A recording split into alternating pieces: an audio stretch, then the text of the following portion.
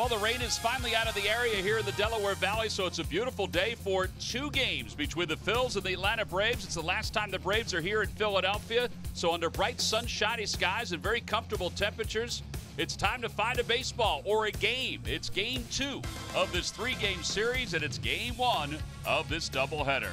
All right, so the Phillies' winning streak against the Atlanta Braves after the first game of the series has moved to 7 consecutive. Now, the Phillies are on the top of this list, but in the wrong spot. But as we get to the middle of the pack, they're in the right spot with their 7-game winning streak against the Braves. Hi, everybody. I'm Tom McCarthy, along with John Kruk. Greg Murphy will join us in just a little bit. So the Phillies have won 7 straight over the Braves. Part of the reason why is because their starting pitching has been so good. And today, Jared Eickhoff is coming off a 5-inning performance where his curveball was dancing. Yeah, the curveball, and it's another pitch. It's the pitch he's going to have today against these Atlanta Braves hitters. You saw what Aaron Nola did with the breaking ball to Enciarte, and this is what Eickhoff has to do. A great breaking ball against the Cubs, like you said, Tom. Only 5 innings, but that lineup is so deep that they work counts. But once they got ahead in the count, that breaking ball by Jared Eickhoff was in full effect and dominant, getting a ton of strikeouts against the Cubs hitters with that breaking ball. All right, so you got to give him some credit. The first 14 starts, the Phillies were 2-12. He was 0-7. The last 9 starts now, he's 4-0. It's a lower ERA, and it's a better strikeout per inning pitched ratio as well. And a lot of that is because of the command of the curveball. All right, so the curveball is Jared Eickhoff's trick pitch. All you got to say about R.A. Dickey is that his trick pitch and his priority pitch is that knuckleball. And he will throw a fastball on occasion. He will throw a little slider on occasion, but that knuckleball is just can be devastating, and it was in his last start here against the Philadelphia Phillies. You know, you always tell yourself, if it's high, let it fly. If it's low, let it go. R.A. Dickey makes it a concerted effort to try to keep the knuckleball down. Most knuckleballers you talk to, they throw it, and wherever it ends up, that's where it ends up. He thinks he can command his knuckleball, and these Phillies hitters, though, they have to be patient. Yes, his first strike ratio has gone up over his last handful of starts, but you still have to be patient with R.A. Dickey. Let him walk in and be prepared on the bases for a wild pitch. The other part of it is that wild pitch. Kurt Suzuki is catching, and he had a big problem with R.A. Dickey the last time the Braves were here in Philadelphia. So it is game 1 of this doubleheader. It'll be R.A. Dickey against Jared Eickhoff. Lineups at first pitch when we return for a long day of baseball here in South Philly. Phillies baseball is brought to you by Xfinity. Xfinity X1 will change the way you experience TV. By Toyota. Find your favorite model today. Toyota, let's go places. By Citizens Bank, official bank of the Phillies. Visit citizensbank.com. And by Independence Blue Cross. Live fearless. Learn more at IBX.com.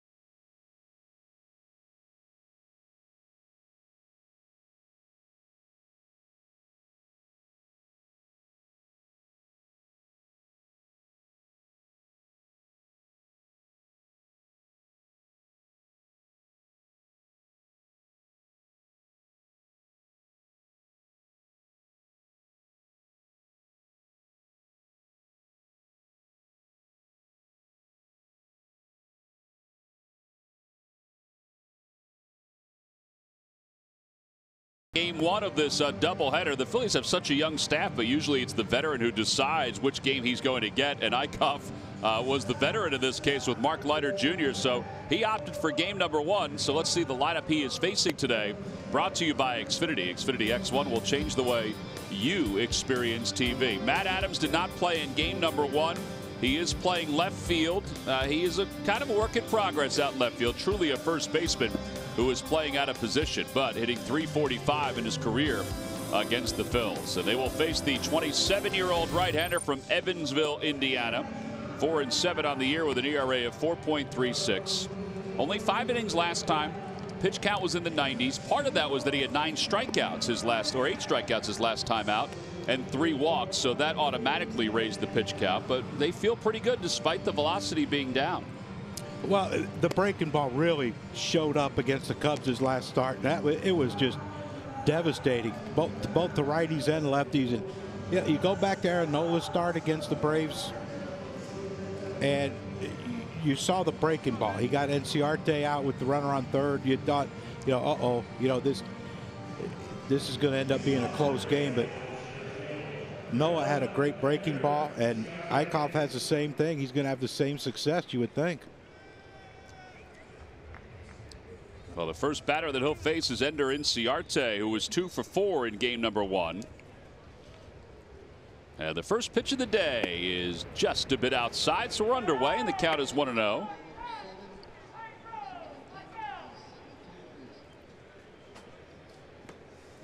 Inciarte is 3rd in the league in hits, 3rd in all of Major League Baseball, 2nd in the National League.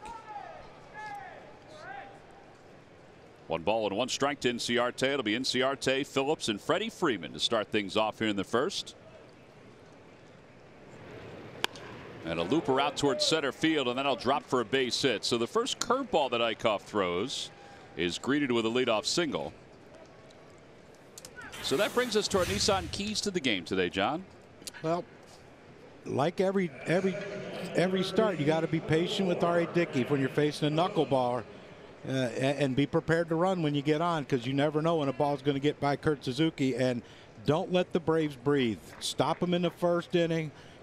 Try to jump on them early, and if you jump on them early, they might be sitting there, oh boy, here we go again. Yeah, this is a team that is 12-27 in their last 39 games. And in fact, Brandon Phillips, as Inciarte is chased back. Brandon Phillips said after the last game, he said, we have nobody but ourselves to blame for this run. He said, we've kind of blown it as a team. He's hit in 13 straight.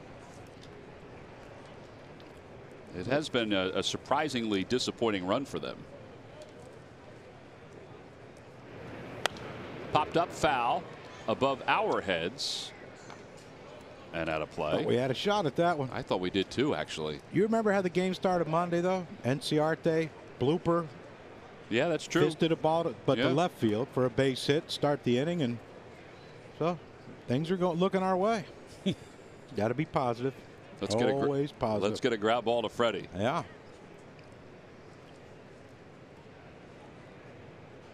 Runner goes, pitches inside, throw to second base is offline. And that is the 18th stolen base for Inciarte.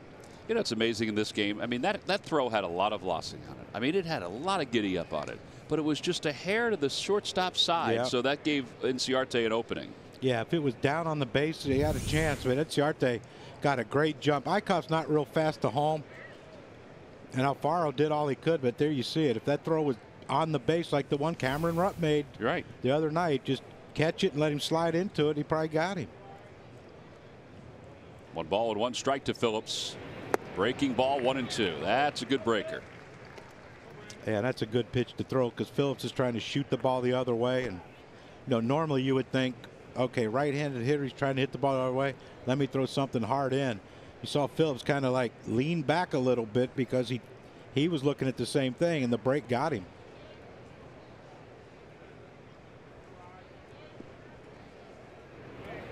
Throws it again. This time he wasn't biting.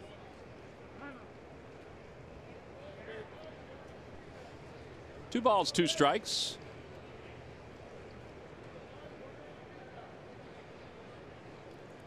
Tell you what, didn't think we'd see this day after yesterday, did we?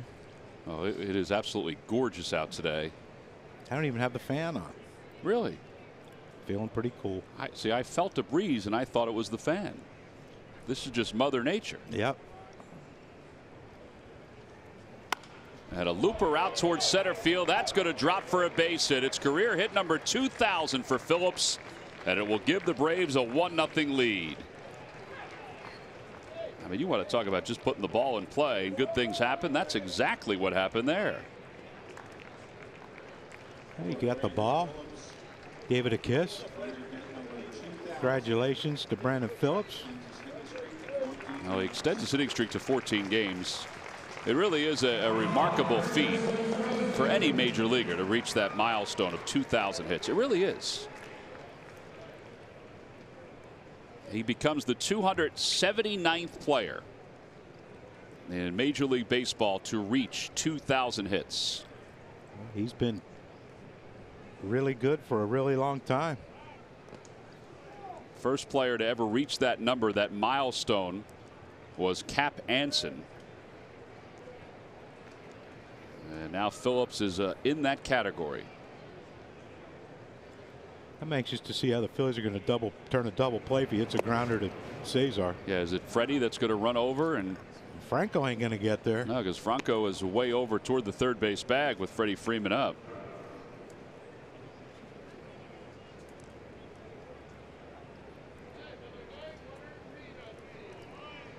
Freeman is 0 for his last 11. It's tough to keep him down.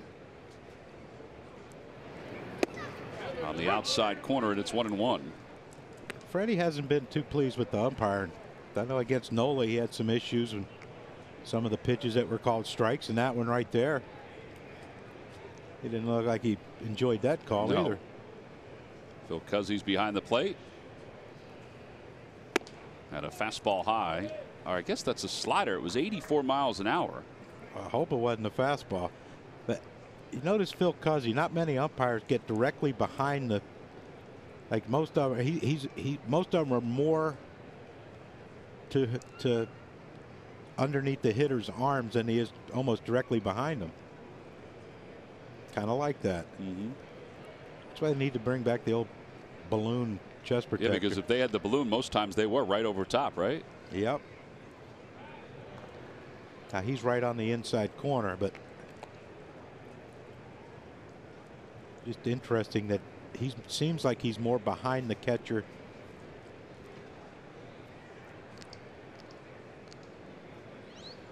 Outside, 3-1. That's where he fell off. Again. Is that a changeup? No, that's, well, 84. 84 is normally slider speed for him. 84, 85. But it did have the actions of a changeup. Yeah, backed up on him. If it was a slider, I hate guessing. In the air to right field. That sounded like it was going to go far. And it looks like it's going to go far. In fact, it's going to go into the second deck for Freddie Freeman. And just like that, it's 3-0 Braves on top. Well, it ends in 0 for 11. The last series, Freeman went hitless for the first time this year in a series. Boy, he did not miss that one. You wouldn't think after 3 innings the keys to the game would be out the window. Pretty much done. Now 3-1. He tries to throw that fastball and it was elevated. Look at this swing though. Look at how he gets that bottom hand extended through, and I mean it was hit so high you thought, well, maybe it's not going to go. Well, then when Nick Williams took one step and kind of just became a spectator. You understand now why I was a horrible outfielder. Here's Markakis, who fouls it away. Either that or very rude to your teammates who was on the mound. Well, I thought I could have caught that one.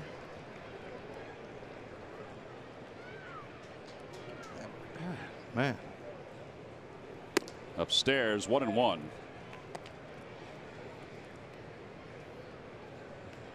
Well, a rough start for Jared Eichhoff.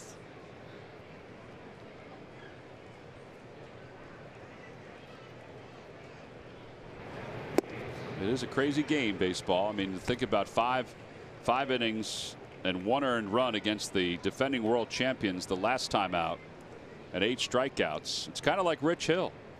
Rich Hill had a no-hitter going into the 10th inning against the Pirates in his last outing, and then in his last start yesterday gave up a boatload of runs in the first inning. Brandon Phillips drove in 1 with his 2000th hit, and then Freddie Freeman drove in 2. I don't know if you noticed, but he's talking. Yeah, he looks like he's having a good time. Yeah. Can you imagine having a locker beside him? Fly ball to left field. Hoskins is shading his eyes from the sun, and he makes the catch. And 1 out here in the first. You're sitting on a plane with him. You know, you're a little tired. You want to take a nap, and he wants to have conversation. It's kind of like you and Murph. Yeah. You don't let Murph do anything. Well, really disappointed Murph's blown me off on this trip. You don't think he's got a reason? Well, he has a good reason. It's a quality reason. It's just not a good reason to me. I'll sit right behind you, John, and be sure to and kick his seat. Talk in your ear. Yeah. Make sure when you get up, you pull the back of my seat down when I'm sleeping to give you better leverage. I will do that. I love when people do that. I got to admit, I'm a culprit of that sometimes. Yeah, I noticed that. Kurt Suzuki with the count, 1 ball and no strikes. And he bounces it foul, 1-1. He did some damage here last time in Philly, didn't he? Suzuki did some pretty good offensive damage, huh? Last series here? He did. In fact, he just reached his career high in home runs with 15. And a line drive caught by Eichhoff. Wow. Nice play, good reactions. That wasn't even I got to get out of the way and catch it. That was I'm going to bend down and get it. Like a hockey goalie. Yeah, there are 2 outs. I mean, this ball seemed like it was hit harder than it was, but it looked like he hit a changeup back at him, got jammed a little bit, but just, you know, ho-hum, nonchalant. Well, that'll bring Matt Adams to the plate, playing in his 78th game as a member of the Braves. And that ball goes right off the glove of Alfaro. For strike 1. For strike 1. What happened there? Looked like it went right through his glove. It looked like it went right through his glove.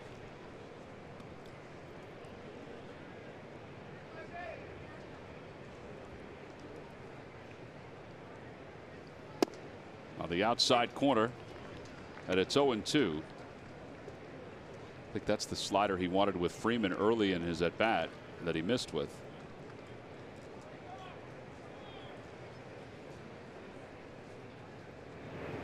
Swing and a miss. He got him. Threw him back-to-back sliders and picks up his first strikeout. But the Braves strike first. They get 3 runs here in the top of the first inning. Capped off by Freddie Freeman's 2-run home run. 388 feet from home plate into the second deck. We'll go to the bottom of the first. The Phils trail at 3-0.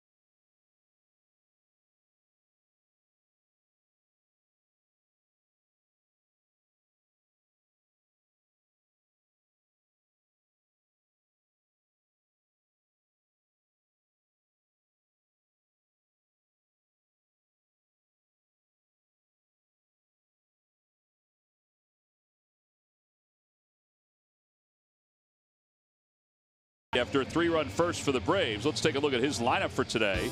It's brought to you by Xfinity. Xfinity X1 will change the way you Experience TV. Well, there's Freddie Galvis, 300 career hitter against R.A. Dickey, batting second. Freddie is scheduled to play both ends of this doubleheader, with Cesar leading it off. And there's R.A. Dickey, 8-8 on the year at ERA over 4.06 for R.A. Dickey, with 111 strikeouts and 153 innings. You know, it hasn't been a bad year for R.A. Dickey. I mean, despite an ERA just over 4, but he's got the innings that they expected. Yeah, and that was big. You know, that's why they brought in some of these veteran guys, Colon and the rest, to try to give them innings, help these young pitchers out. But he's the only one left. First pitch to Cesar Hernandez is a knuckler taken for a strike. It's 0-1. Time now for our AARP's Getting to Know R.A. Dickey scouting reports. I think we put him on the AARP scouting report because he's the oldest guy on the Braves. Yeah, you would think. You look at his average fastball velocity, 83, looks like 93 because of all the knuckleballs. He will throw a change and a slider. Good numbers against the Phillies, 2.75 ERA. On the outside corner, the knuckler's in there for strike 3. And Cesar is down looking. And that's the thing with R.A. Dickey's knuckleball. He can throw it at different speeds, but he throws a hard one right here at 81 miles an hour. Knuckleball, and you see the lack of spin on the ball. Suzuki frames it really good, and we got one out, and R.A. Dickey got his first strikeout. Isn't it interesting? Cesar bats right-handed and Freddie bats left. And we saw that the last time they faced R.A. Dickey, where Cesar just said he felt more comfortable, more controlled from the right side of the plate. Galvis last 9 games hitting under 200, overall at 256.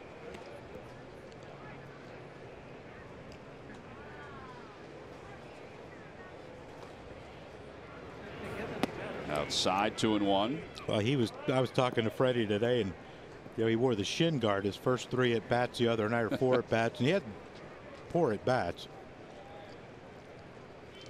And then the 8th inning, I saw where he was in the on-deck circle. Cesar made the last out, but he didn't have the shin guard. So I asked him about it. He said, "Oh, shin guard, batting gloves, new bat." He just got rid of everything. The Lucky McDonald's Phillies home run jackpot contestant is Rich Height of Ben Salem. Phillies hit a homer in today's ball game. Rich will win $100. McDonald's, enjoy an ice cold delicious soft drink for only $1. I'm loving it. 2-2 pitch to Galvis. And it's upstairs, 3-2. And that's what else you have to be leery or be aware of as a hitter.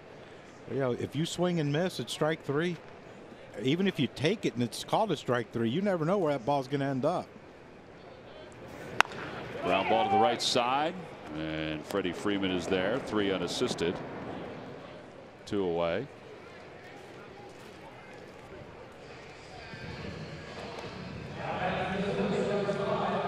Brings Nick Williams to the plate. He provides us with our Geico quote of the day. We talked about this the other day on his family in Texas. Everyone I've talked to is safe. A lot of them are just trying to help other families that are stranded. It's sad. It's home. There is nothing you can do about it. You just have to wait it out. I have some pictures of 5 minutes down the road from where my parents live, and it's in a bad place. Ryan Lawrence from Philly Voice had a story about Nick and his family. And the fact that his boyhood home, the one he grew up most of his life in, was destroyed with a hurricane earlier. But as Nick told me yesterday, he said that his family is okay. The water is up, you know, toward the development, but it hasn't gotten to the house. Yeah, that's same with my nephew. They're hoping if there's any more, they're thinking if there's any more rain, it could get there to their house. But it's a couple, like 3 or 4 feet from getting there. There's a knuckleball. It was high, and he let it fly, and Nick Markakis will make the catch to finish up this first inning.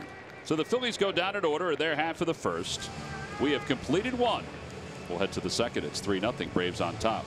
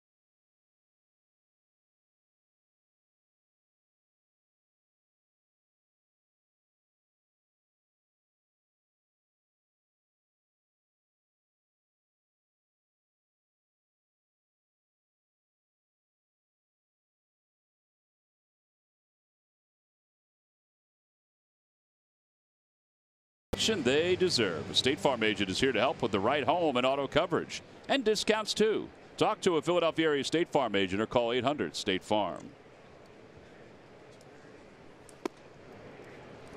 Ozzie Albies will lead things off. Albies hitting .261 with 2 homers and 10 runs batted in. 0 for 3 in the last series, or the last game I should say. And you want to know how good he's been? He's still hitting over 400 in his last 8 games. Well, you heard Nick Williams calling it the entire time.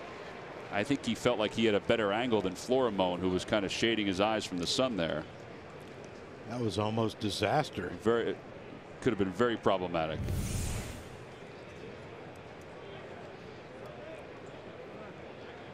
Yeah, Florimone did see it though, don't you think? That's his ball. I mean, the center fielder that has to take charge. I don't know if he called for it. He just thought that, this is a routine play, and maybe Nick wants to get on the highlight show. I don't know.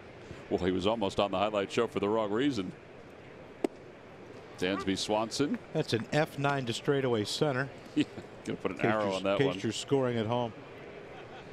Can't find a better day than this. 73 degrees, mostly sunny. Wind blowing in. Should have told Freddie Freeman that. 0-2 as he swings and misses at that slider.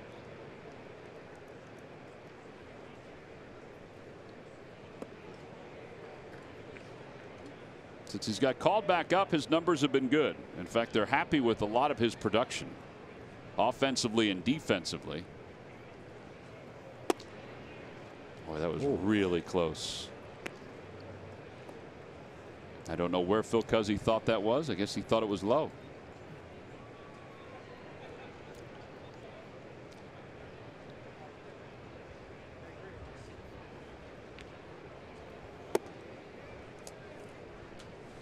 That's a shame too. Yeah, now it's more work.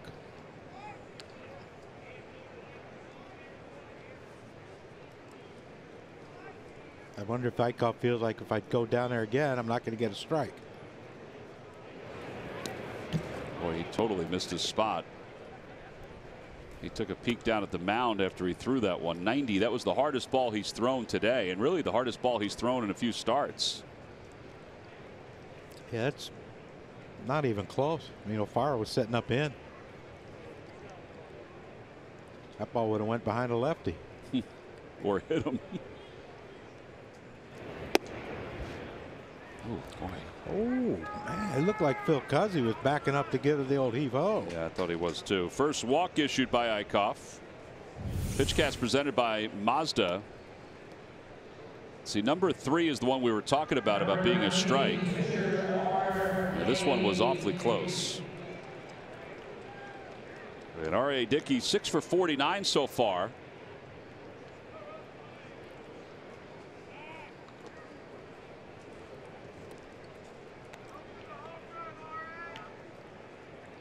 I see Franco get in a little further. Look how far back he is. I know he'll move up once Eichhoff comes to his set, but I mean, he should be breathing down Dickey's throat right now. He bunts it toward first. Great bunt. Tommy Joseph has it. Sacrifice number 5 for R.A. Dickey. Breaking news, the most accurate weather forecast for your neighborhood and major news of the day in 2 languages. Every weeknight, count on NBC 10 News and Telemundo 62 News at 11. See what everyone's talking about tonight at 11.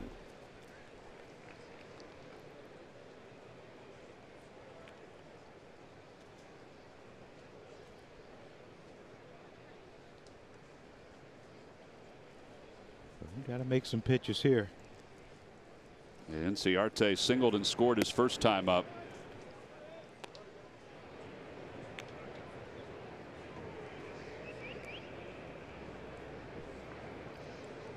Boy, a solid year all the way around for Ender Inciarte. Probably win another Gold Glove too out in center field. I think he and Odubel Herrera are going to be in the conversation for a Gold Glove this year. Ender's already won one. Yeah, that's the issue. Sometimes when you win one, if it's close, it's going to go to the guy that's already won one. A little looper out toward right center field. That's going to drop in for a base hit. That'll add to the Braves lead. And it's now 4-0. Well, the unfortunate thing is that Eichhoff probably had Swanson struck out, but instead it turns out to be a walk, and he scores after being sacrificed. And it's 4-0 Braves on top. Yeah, and that's this is, when you see the pitch here, guess that's a fastball. It's hard to say. It's really hard to say today. But it ran away, and Inciarte didn't hit it hard, but just hit it where no one was. And this is a Pete Mackanin nightmare right now. A doubleheader. Even though they can bring up a guy for the 26th man on the second game today, right? They can. It'll be Ricardo Pinto. Pinto's coming, but still, the last thing you want to do now is have to get to your bullpen in the 4th inning, 5th inning, or whatever. Brandon Phillips hits it way up on the right side of the diamond. Cesar Hernandez makes the catch. Side is retired. A run does score on the single by Inciarte. We move to the bottom of the second. It's 4-0. Braves on top.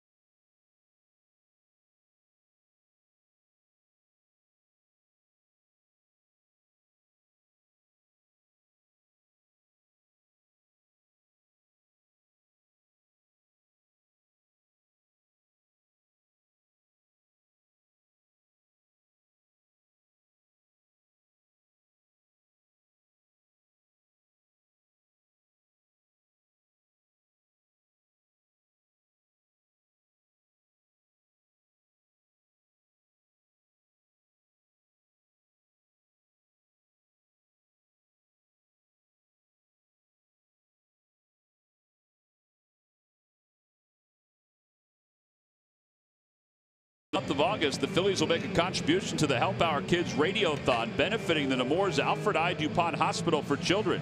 You can find out more at nemours.org/radiothon. The radiothon will be held on our Phillies radio affiliate, WDEL 101.7 FM and 1150 AM. Good folks down there.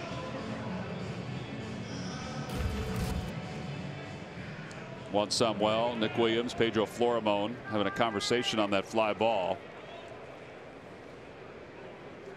I think Nick may have also seen how Reese responded to the fly ball earlier. And I mean, John, you know this better than I do, but I would think that the corner guys, if the ball's to center field, or let's say if the ball's to left, if the center fielder comes over, they might be able to see it a little bit better than the guy right under. You remember the last time Nick played center field? He had a couple issues with the sun. Ball dropped, and maybe he thought, doesn't know if Florimon can see it. And that's why communication's so important to avoid collisions when it's a day game and the sun's in center field, because Florimon has to yell immediately that he sees it, or else Nick's just going to keep coming, right? Because that's what type of player he is. 1 ball and 2 strikes. Rhys Hoskins' first look at a knuckleballer here in the big league level. I don't think there are any down in AAA that he would have seen just from taking a look at the statistics. That one's out toward left center field. It's not deep. Coming on is Inciarte and Adams makes the basket catch ever so awkwardly. Yeah, he was going after that one like he wanted someone else to get it, didn't he? He was looking at Inciarte and Swanson. I don't think Swanson saw it. He might have been looking for Kurt Suzuki to come out there from behind home plate and get it. And the way Willie Mays drew it up right there, why not? Okay, I got it, I got it. Oh, thank God. Thank goodness I have it. Here's Tommy Joseph. Tommy will most likely not play game 2. Pete said before today's game that his thought was to play Hoskins at first in game number 2.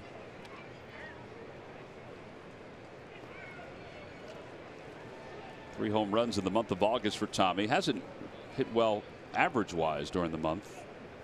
And a line drive up over second. Albies has it.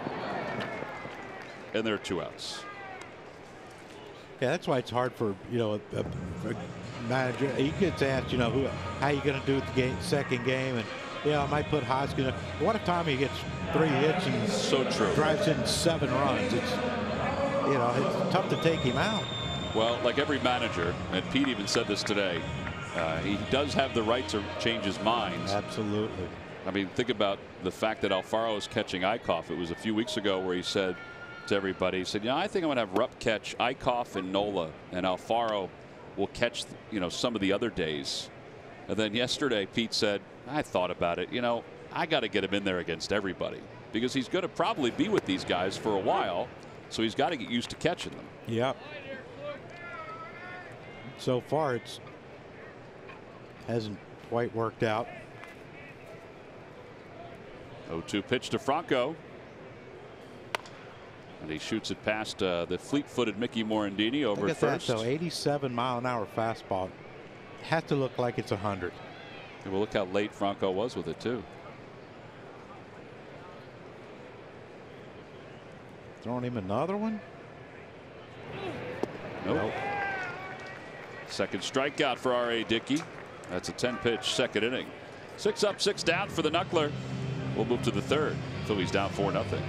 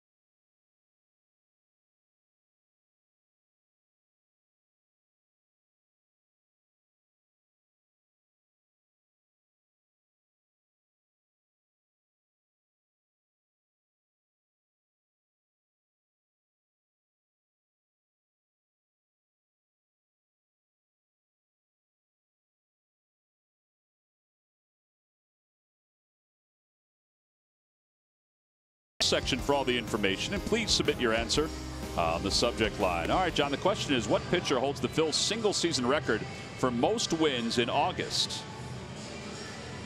It's kind of a surprising answer, to be honest with you. Most wins in August.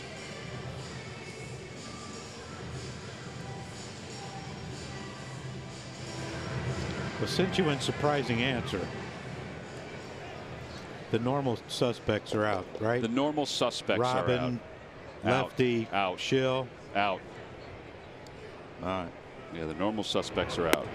I think you will be surprised by this, too. Do I know this person? You do. And he played a very different role than winning games as Freddie Freeman lines the second pitch to left, and it's off the base of the wall. Played well by Hoskins. His throw to second is not in time. 25th double for Freddie Freeman.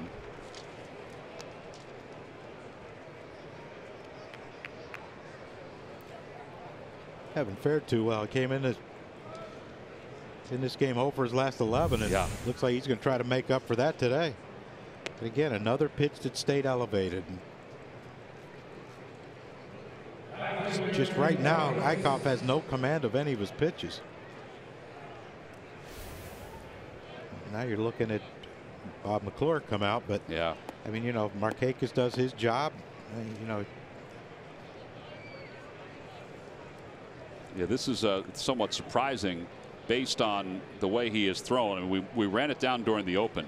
4-0 with an ERA of 3.47, but allowing just 1 hit per inning during his last 49 1/3. That's how good he has been. He gave up 3 hits to the first 3 hitters. Yep.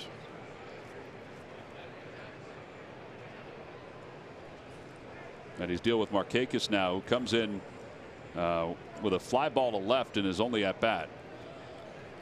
And this could be one of those where Bob McClure goes out and says, look, we got a doubleheader. We don't get the 26th man until after this is over.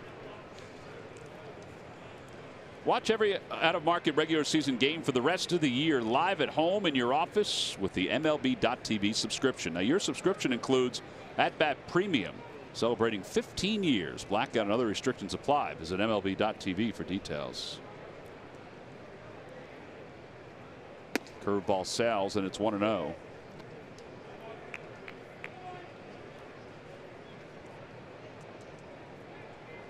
Markakis, as we mentioned, flying out to left in his first at bat.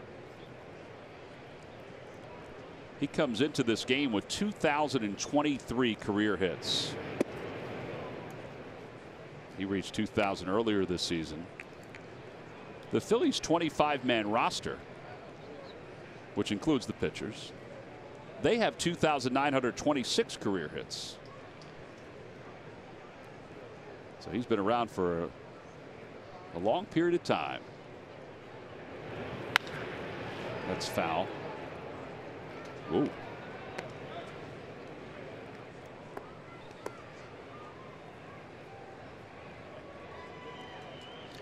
Hey, you know, Markakis is trying to pull the ball.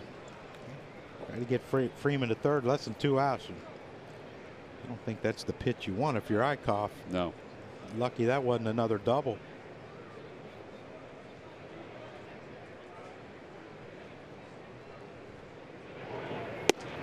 Just a bit inside. Eickhoff looking in again. But you know, right here, I don't know if this would be a bad thing if he walked him.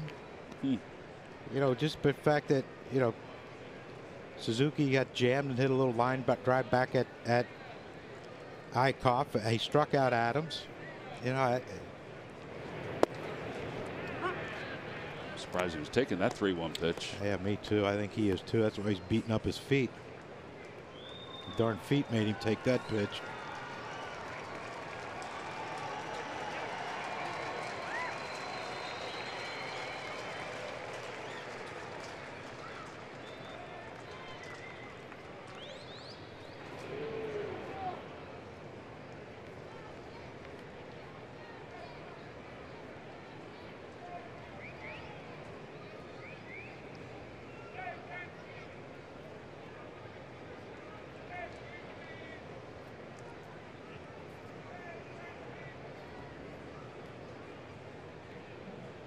Well, for a doubleheader, the pace of this game's good. Beautiful day. Yeah, it is. Just bask in the beauty of the day. And a line drive to left center field. That's going to be in for an extra base hit. It'll go to the wall, and a run will score. It's now 5-0 Braves. And back-to-back doubles for the Braves. 31st for Nick Markakis. And obviously this day is not going well for Jared Eickhoff.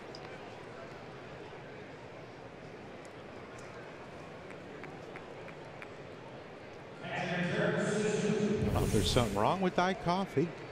Yeah, here's Scott Sheridan going out. Yeah, he looked like he signaled to the bench to come out. Looked like he's holding his arm limp.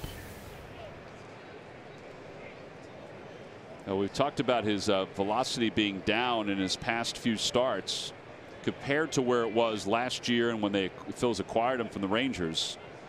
He had the issue in the back of his shoulder.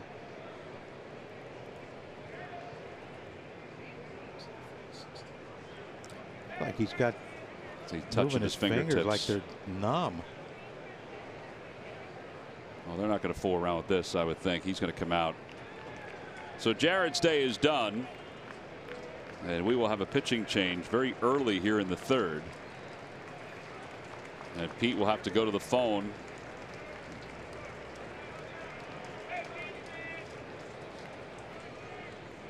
Nobody knows yet out of the bullpen who it's going to be. John McLaren's on the horn. Yeah, they're all loosening up. Looks like it's going to be Terrian. Terrian's getting a swig of water. He's looking for his glove. And he's going to come into this ball game. So he will take as much time as he needs to get himself ready for this outing. We've got a pitching change. Unfortunately, we have an injury to Jared Eichhoff. We'll be back right after this.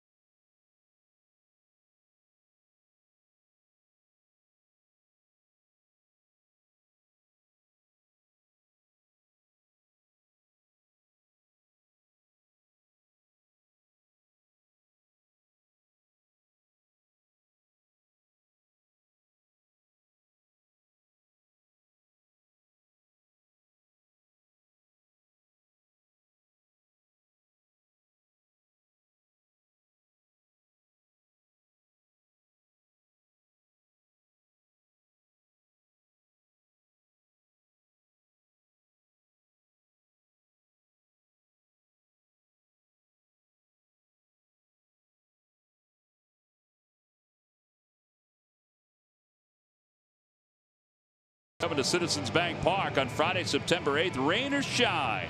Special guests include Brett Eldridge and Craig Campbell.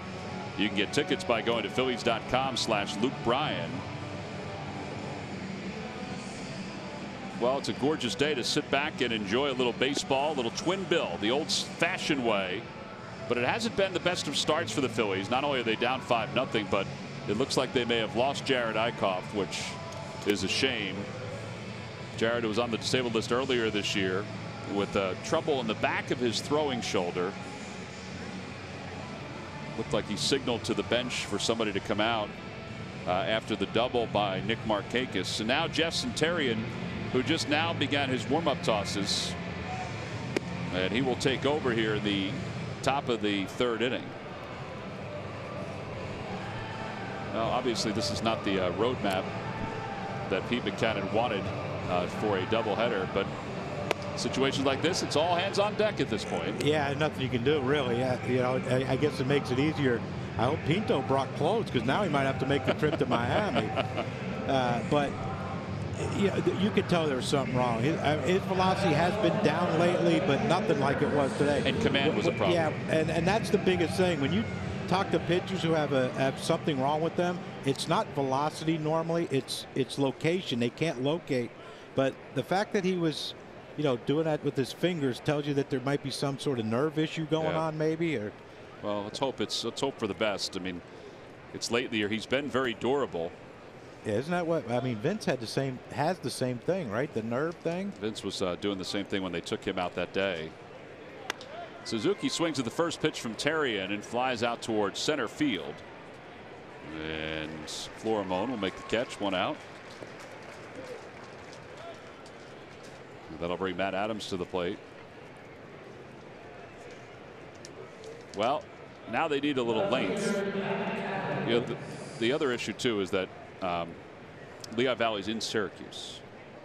So if you're thinking about getting somebody here for the doubleheader, because you can, if there's a thought to put Eichhoff on the disabled list or to make a move, you have to think about that. So then you think about if you want to get somebody here from Double-A, because it's closer.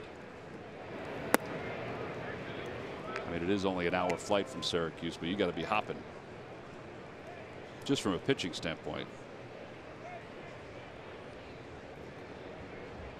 1 ball, no strikes to Adams. He struck out his first time. It's amazing that the Lehigh Valley team keeps winning games.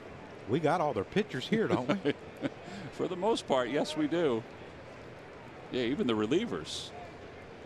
Rios to Terrian, Hobie Milner. 1-2.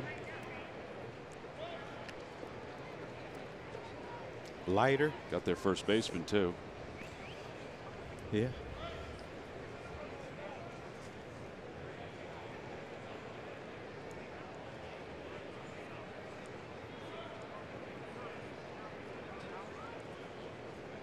I mean, all three of our outfielders were in AAA to start the season. They were. It's amazing. It's amazing to think, during the course of a year, we think about even a year out. I mean, where were these guys a year ago? But where were they 3 months ago?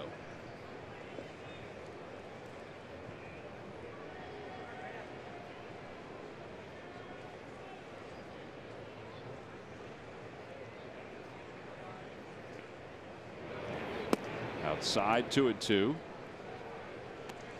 Today's game is also available in Spanish. Just use the SAP button on your television or change the language through the menu on your cable box.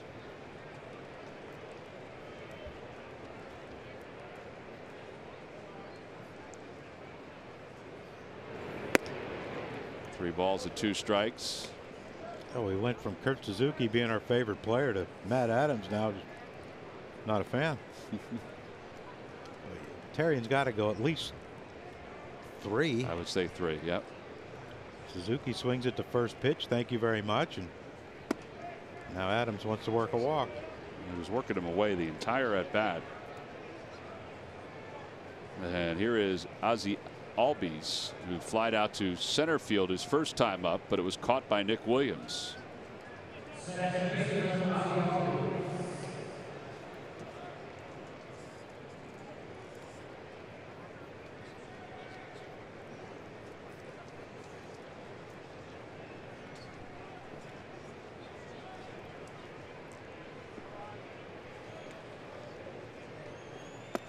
On the outside corner, and it's 0-1.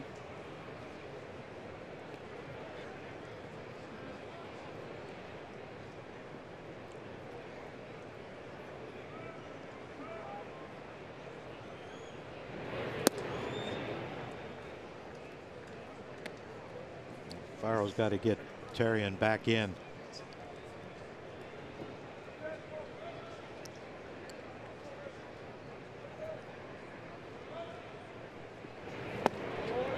That's a good slider there. 1 ball and 2 strikes.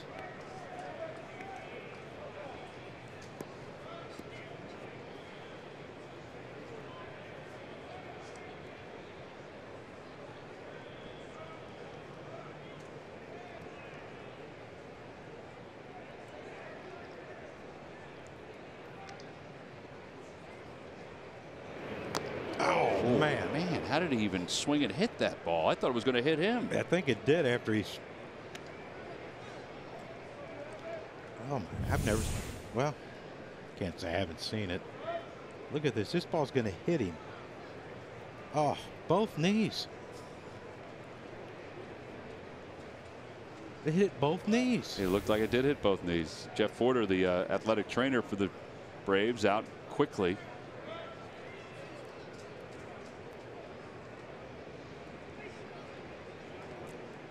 If you're Brian Snitker, that's the last thing you want to see is someone getting hurt in a doubleheader.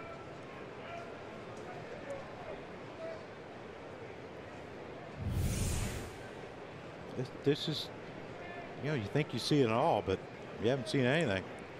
Oh.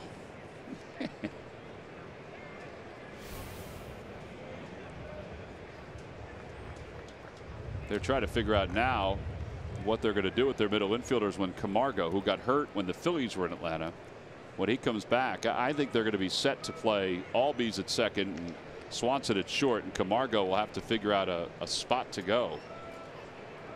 Camargo was playing pretty well at shortstop when he went on the disabled list. Freak injury too. That's something else we've never seen. It was freaky. Little line drive, a one-hopper past Galvis in the center field, rounding third, heading for home is Markakis, and he will score.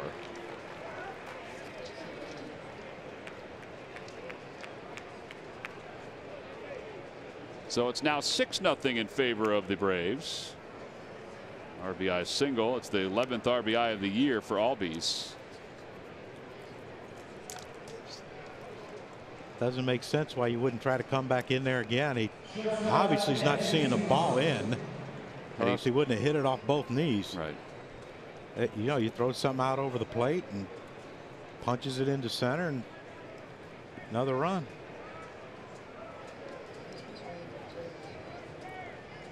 Well, that'll finish the line on Eichhoff. 6 runs, 6 earned.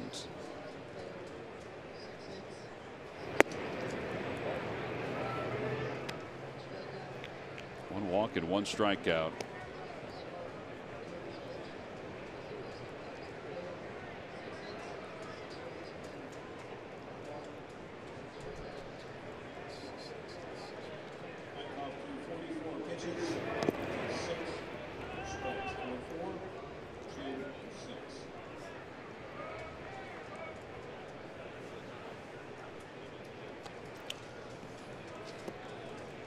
Got to say, this is not the way these first 3 innings were scripted by anybody, except for maybe the Braves in the best case scenario world. I mean, even Jessen coming in, and he's not commanding the strike zone either.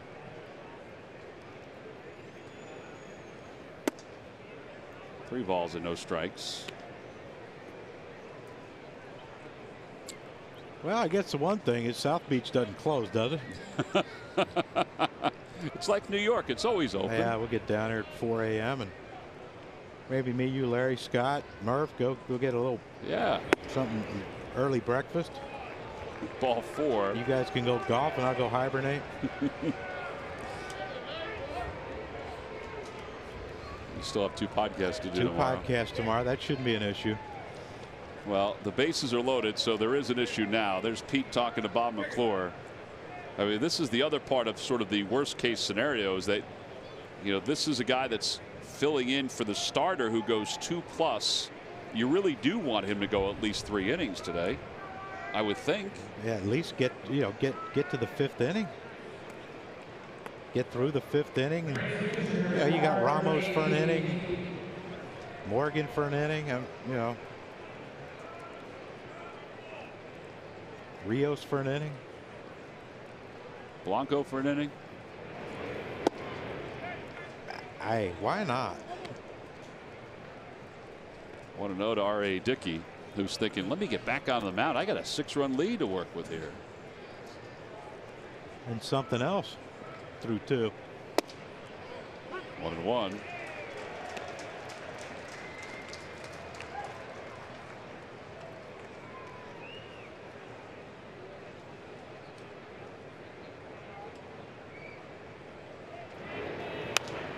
Popped him up. Nobody's reacting. Now the middle infielders come in and Cesar takes charge. Again, I don't think they saw it right away, but that's the second out, and it'll bring in Ciarte to the plate.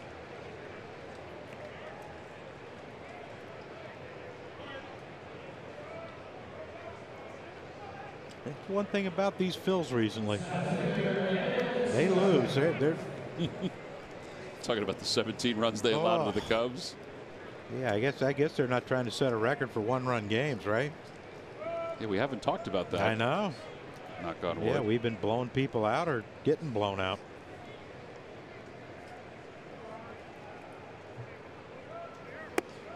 Inside and low.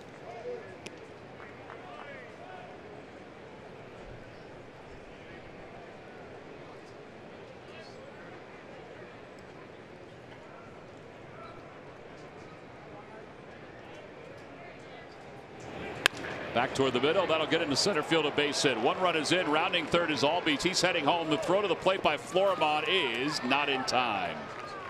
2-run single. It's now 8-0 in favor of the Braves. And for Inciarte, that's 3 for 3 in 3 innings with 3 RBIs. He's on his way to possibly some special things. Oof. Has anyone ever got 9 for 9 in a game? In a 9-inning game? There you see it, though. Just another pitch out over the plate. And Ciarte just, you know, once it gets past the pitcher, there's no chance for Freddie to get to it. Albie's speed, even though he fouled one off his knee, he gets in there easily. Now it's, I don't even know what it is anymore. Well, now it's a butt whipping through 3, or not even through 3. Brandon Phillips takes a strike.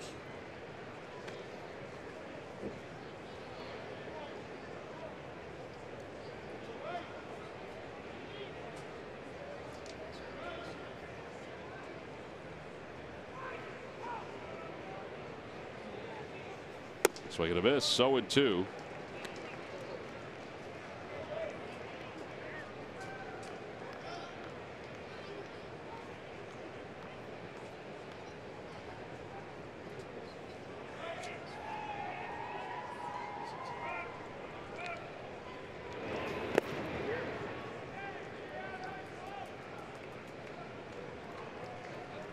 We got up early for this, huh? Yeah, but just think, there's plenty of time left in this game. Yeah. It ain't over. And you got a knuckleballer on the mound, so maybe you can get something on him. You just got to stop them from scoring. Fouled away, and it remains 1-2. Maybe we get. Here was the 2000th hit for Brandon Phillips. I mean, how special is that? A hanging breaking ball. Yeah. 2 strikes. I'm going to put it in play. He was actually going backwards when he hit it, which tells you what kind of hand-eye coordination Phillips has. And that was earlier today. Same game as this one. Yeah, already 8 hits. Yeah. With 2 outs in the 3rd. Yeah, and we haven't got our 7th hitter at bat yet. Well, that's another point. They've been up twice already. We haven't even gotten our number 7 batter up.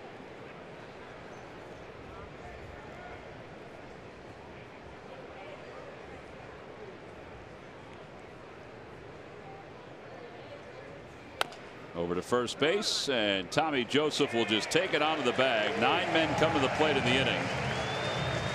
4 runs score in the inning. Ender Inciarte has been up 3 times already with 3 hits and 3 RBIs. We go to the bottom of the 3rd.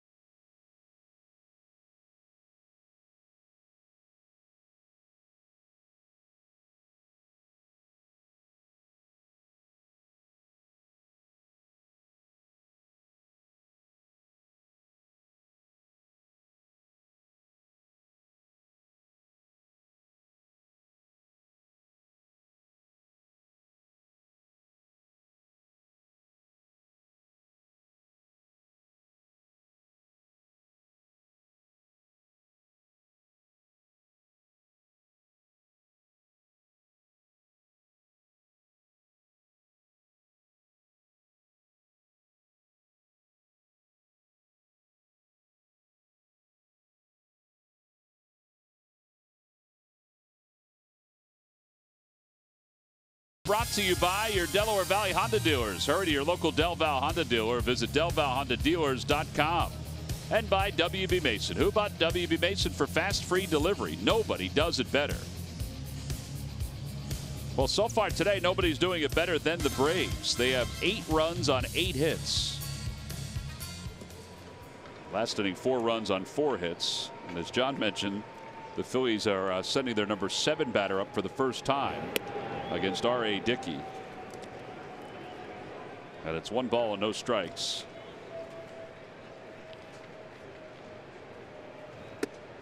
1-1. See how quick R.A. Dickey gets out to the mound? He's the first one out there. Ready to go. Tell you what, if they gave many pitchers 8 runs in 3 innings, they'd be flying out there too. He had a sit down with Dave O'Brien from the Atlanta Journal-Constitution 2 days ago, talking about the young players that are on this team and whether he's thinking about coming back again for another year, whether it be with the Braves or somebody else. And he said a lot has to do with how he feels physically, not the arm, but just the body physically. And whether he wants to, make the commitment, the time away from his family. He is 2 games over 500 for his major league career at 118 and 116. A career that's been 95% knuckleball and 5% as what they thought was a power pitcher. I'll tell you what, old number 27 down there, whoever that guy is, just saved everybody behind him because it went off his hands and then slowly feathered into the hands of the people 3 rows behind him. 3-2. I mean, do you think he throws a fastball here? 8-0, 3-2 leadoff hitter. Third inning. I think he throws a knuckleball. What do you think? Fastball. I think. Nope. Chopper out to shortstop. Swanson's up with it. Jorge Alfaro's coming up. Let's check in with Greg Murphy. Murph.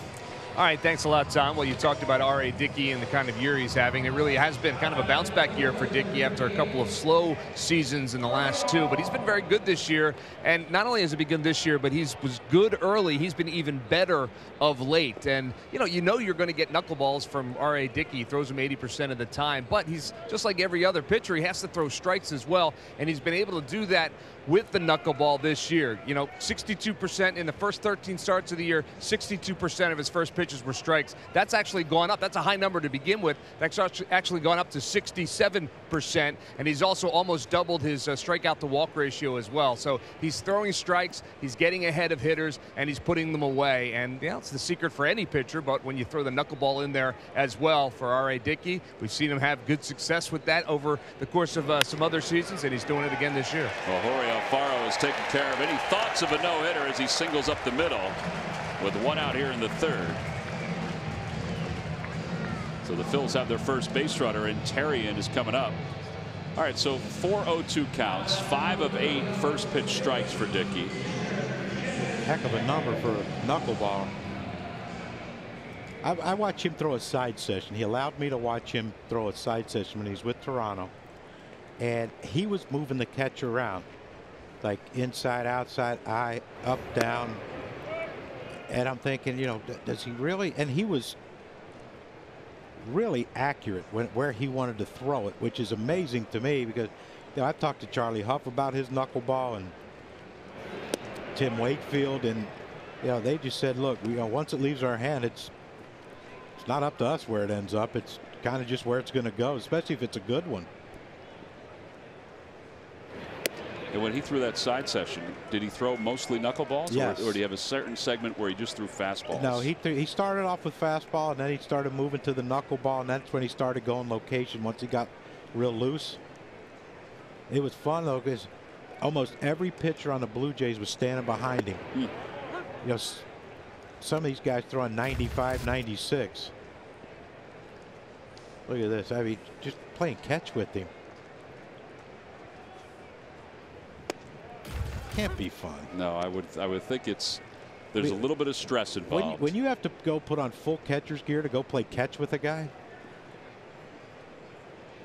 mask and all. Terrian fouls it. Suzuki is catching R.A. Dickey for the 14th time this year. In fact, he and Tyler Flowers have caught him the same amount of time. That is the 3rd strikeout for Dickey. There's a little bit more of the dress rehearsal. Look, that's so great watching the slow-mo with that ball. Got to keep your eye on it. Yeah, I don't think you play catch with R.A. Dickey. I think you play chase. Well, we learned this today. Chip Carey was telling us that Flowers does a better job probably than Suzuki with that kind of play right there, but also with the setup. Now, Ben talked about this earlier this year when Dickey was pitching. If a knuckleballer's on the mound, the catcher, there's no target. Look where Suzuki's target is. Okay, he lays down the sign. And then it's self-defense. And then look, the glove's on the ground. Now that was a fastball. And he broke the bat of Cesar Hernandez. And he grounds out. So the glove did move, but for a knuckleball, the glove basically stays on the ground before the pitch comes in. No runs, a hit, and 1 man left. We'll go to the 4th.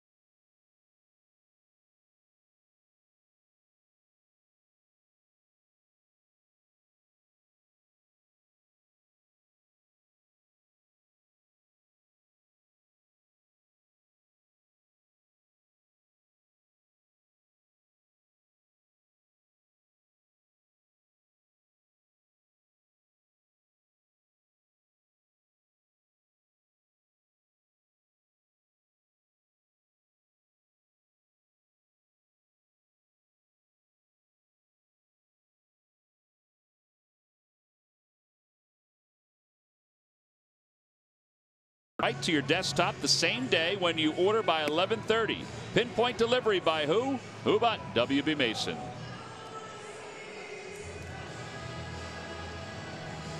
Therrien is back out there in the top of the 4th.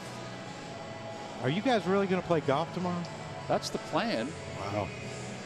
Well, I mean, we're still, we're going to get in a reasonable time. Reasonable. For who? People waking up early to go to work? Yes. You want us to wake you up on the way? No, I'm good. I think I got to do some podcasts. Yes, you do. You have 2 podcasts to do. Probably take a nap.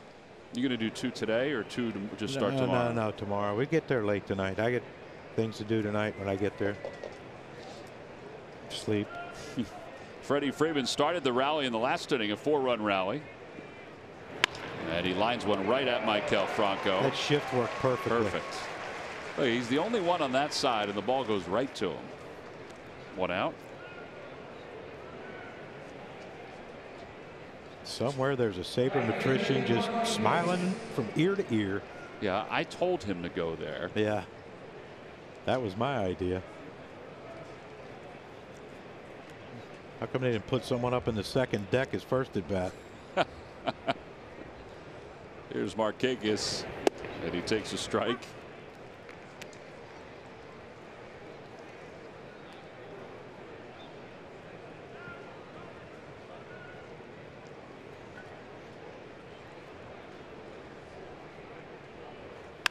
Line drive. Well, that's conventional, but it's the right place at the right time.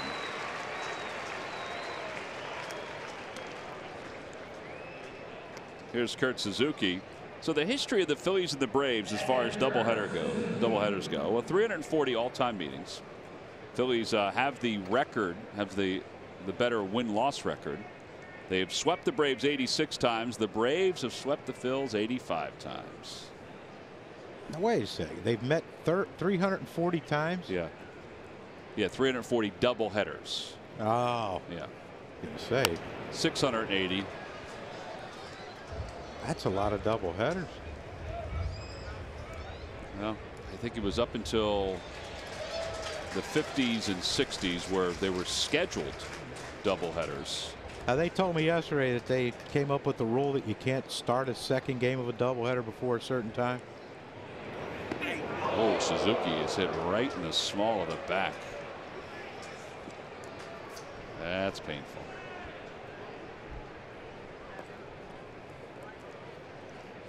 He's the only guy we got out twice. Yep.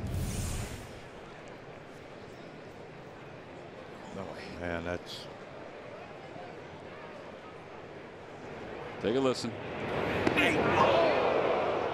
You think he got the belt at all? Well, most people's belts aren't padded, so sure it's still rocked him pretty good.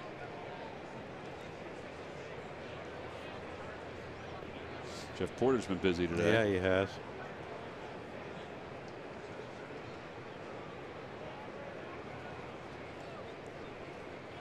All right, so continue. What was the question about the doubleheaders? So someone said it, you know, last night they were talking about if the game started late, they might wait. And they said because we started the second game of doubleheader after 1 o'clock or something, Major League Baseball implemented a rule that can't happen again. Oh, I don't know.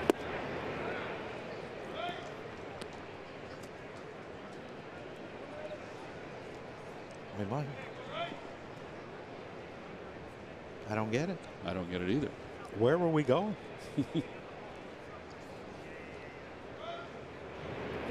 Outside, 1 ball, 1 strike.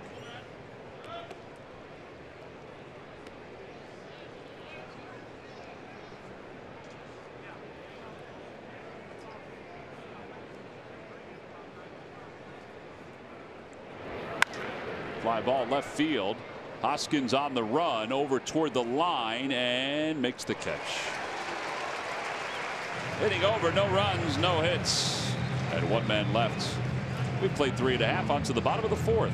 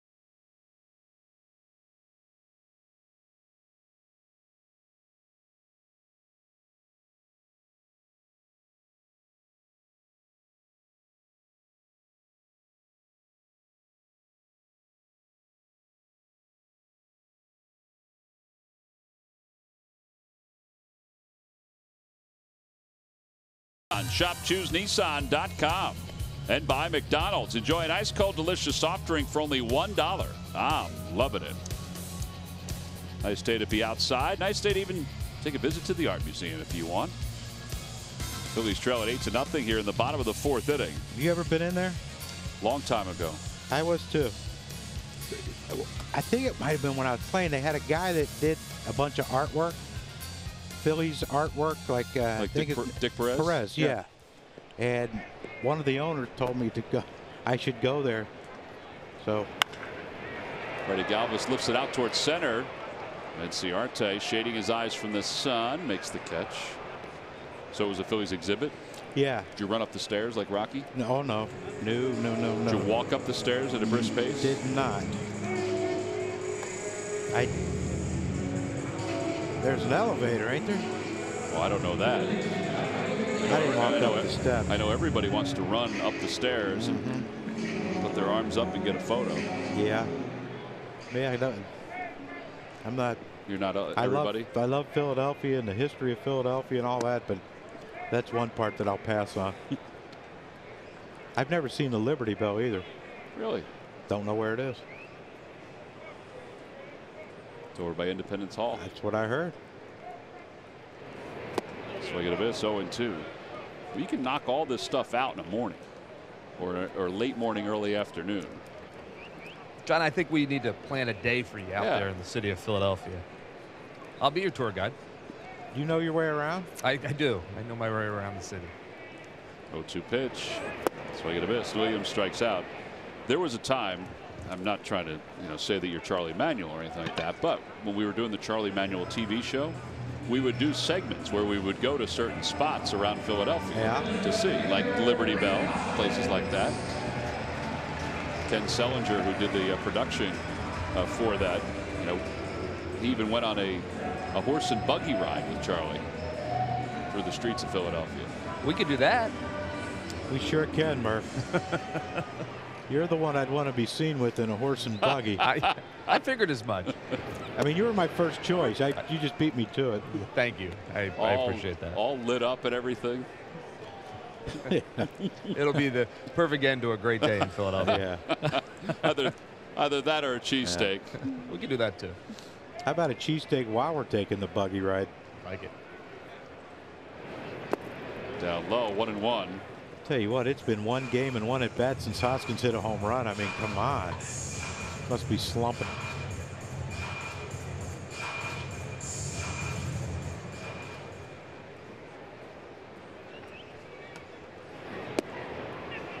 Two balls and one strike. All I know is that every time I go downtown and you have to go around City Hall, I curse that place every time I go around because I always end up getting lost. I think there are a lot of people that curse that place, not because they get lost, but just in general. So you curse it because you get lost. Yeah. I haven't been in there for any professional reasons yet, or personal yet. Season's still young. 3-1 to Hoskins. And he lines that one foul.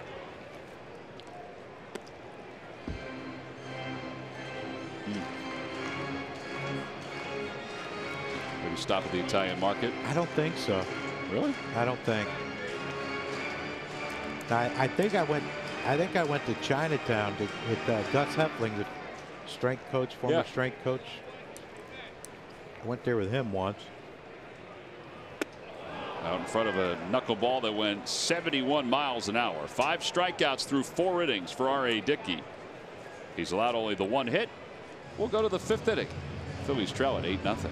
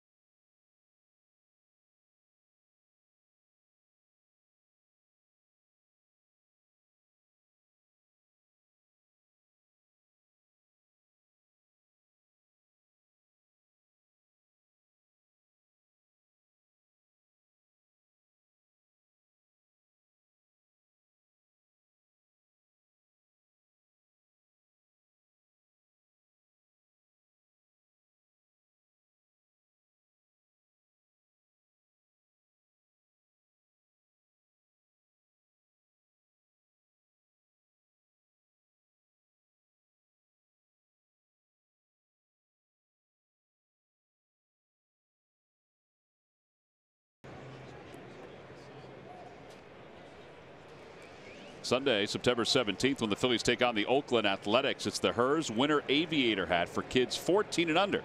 You don't need it today, but you might need it in a couple months. Go to Phillies.com to purchase your tickets for the Aviator hat. Ozzie Albies will lead it off. He is 1 for 2 with an RBI and a run scored. And a line drive to center field. That'll drop in for a base hit.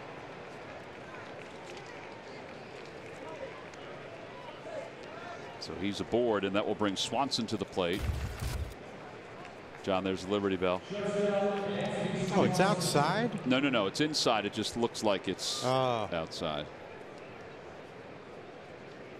I mean, if it was outside, I could have stumbled upon it one evening.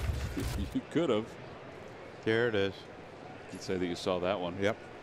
Is that good enough, or do I need to make it down there? I should go down there. You should go down there. Out of play, and it's 0-1. You can say you've been to Independence Hall and the Liberty Bell because they're feet away from each other. So you got to go down there. Where's Independence Hall? That was it in the background. You see that building where we showed the Liberty Bell? They didn't have directions. I'm asking where it is. It's down near the Ben Franklin Bridge. Oh, okay. 1 ball and 1 strike. See, this is why I should. There you go. This is why I should have gone out and visited places when I was playing. They would have embraced you. Steve they still Garvey. would. Steve Garvey. I should have listened to him. What did he used to tell you? There's a fly ball to left center. Well, first off, that's a challenge.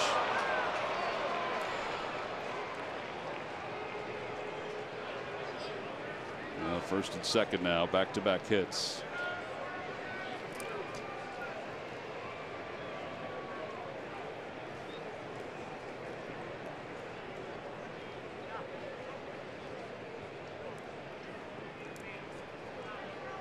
We're not doing too good. No. Look, he's trying everything. He's got the glasses on. He's got the glove. And right at that last minute, that thing just never came out of the sun. He'd have kept his glove out without turning his head. As soon as he turned his head, his glove moved a few inches and he missed it. But it foul by R.A. Dickey. Inciarte, this is his challenge. He was having trouble with this one, but stayed with it.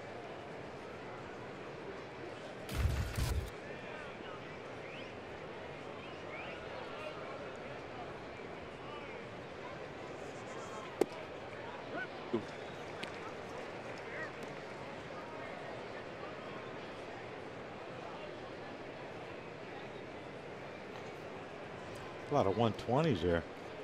120 average, 120 slugging. A little bloop out toward shallow center. Cesar can't get it. It drops in for a hit. Now the bases are now loaded. With barely anything on any of these 3 hits. And that will bring Ender Inciarte up for the 4th time in 5 innings. And he's got 3 RBIs. 3 RBIs and a run scored. Ender and Brandon Phillips, part of our State Farm combo. Look what they've done over the last 17 games for Inciarte and 14-game hit streak for Phillips. Picked up his 2,000th hit today. Lordy. Oh, man, he's got another hit and at least 1 more RBI. It's 9-0 Braves. He's 4 for 4 in the first 5 innings. Well, Rennie Stennett may be looking over his shoulder, because the record for hits in a game is 7, held by Rennie Stennett and 1 other. And still nobody out. Well, one thing, we've kept the double play in order this inning. Excellent point. After, after Albies got on. And they are going station to station, so.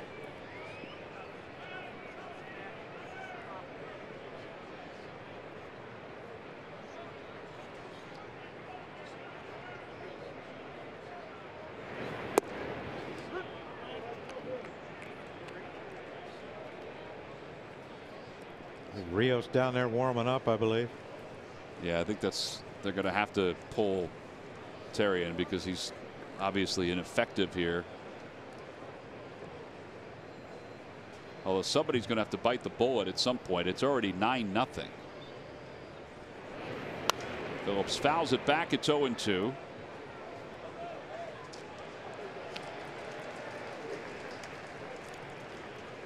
Well, we got a lot accomplished today. Know where places I need to go. You might see Whitey pitch at some point. I would like that. He did pitch against the Braves. That's where he made his pitching debut. Line drive caught by Cesar, doubled up R.A. Dickey. That way, R.A. That away, R.A. And there are 2 outs.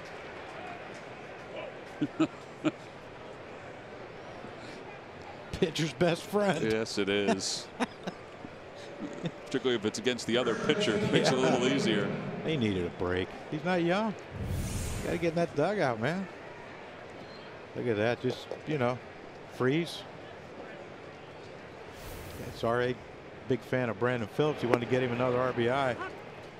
He was going to score on that line out to second. 0-1 to Freddie Freeman, who is 2 for 3 today. He has 2 of the 12 hits for the Braves. R.A. comes down to Naples and golfs. Oh, does he? Yeah. Nice gentleman.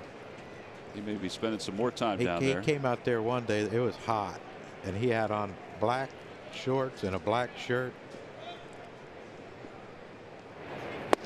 I'm not sure that's the smartest move. Did you tell him that it was poor judgment on his part? Well, I told him he got a bad read on the weather, apparently. No, he's a fine gentleman.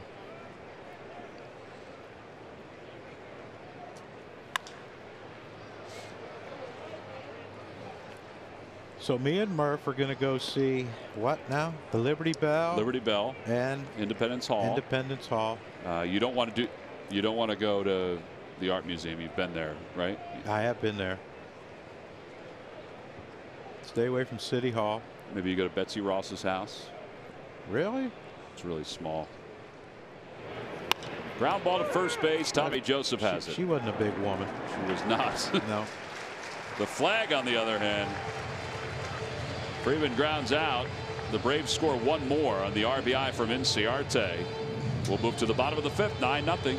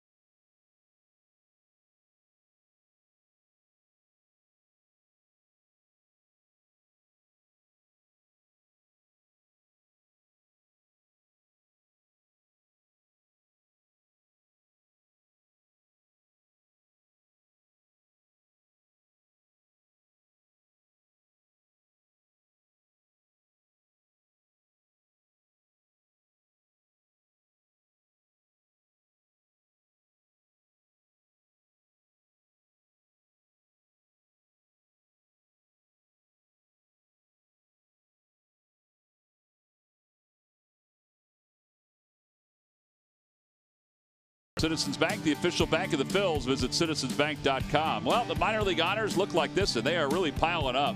Spencer Howard was the Phils minor league pitcher of the week. Archimedes Gamboa was the minor league player of the week. Derek Hall was the South Atlantic League MVP and All-Star. Will Hibbs, South Atlantic League All-Star. And Rhys Hoskins was the International League Rookie of the Year and MVP. And speaking of that, Derek Hall was promoted to Clearwater, played in a doubleheader yesterday and hit a home run in both ends of that doubleheader. So he's combined now for 29 home runs and 99 runs batted in. 27 and 96 with the Lakewood Blue Claws. Nice to see him promoted, and also nice to see him perform at that high level. At Hoskins, we've seen what he's done up here. Well, that was only part of what his season has gone. First Phil's AAA player to win the MVP of the league since Shane Victorino did it in 2005.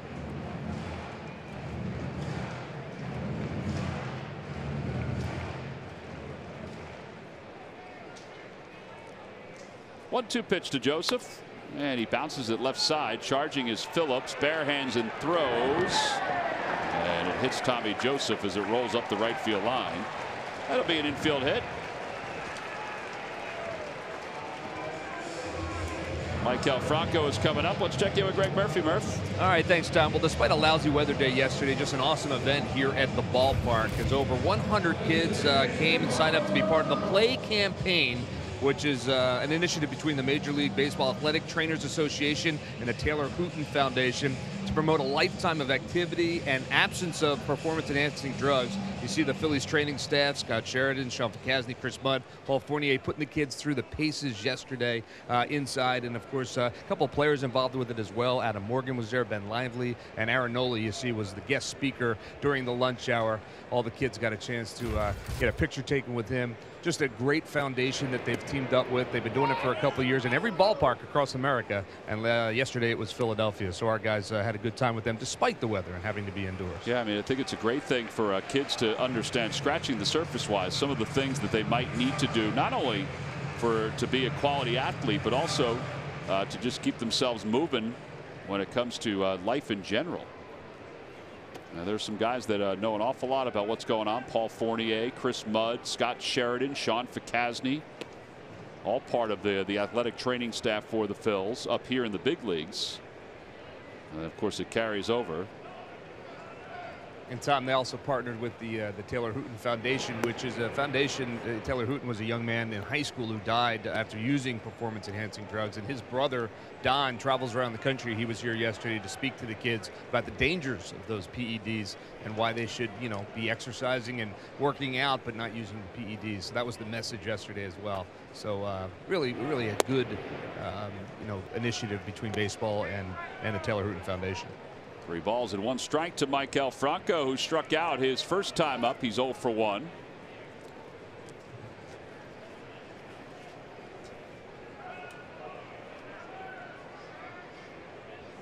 Inside and ball 4. All right, so the Phils for the first time today have 2 base runners. And that will bring Pedro Florimon to the plate.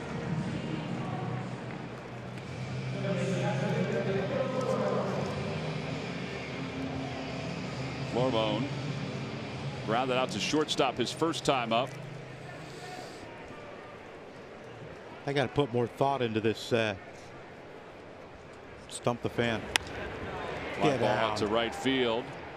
Markakis runs it down. Tommy Joseph is trying to run to third, and he'll get there. And 1 out. I'm assuming it's a reliever. It is a reliever. It is a reliever.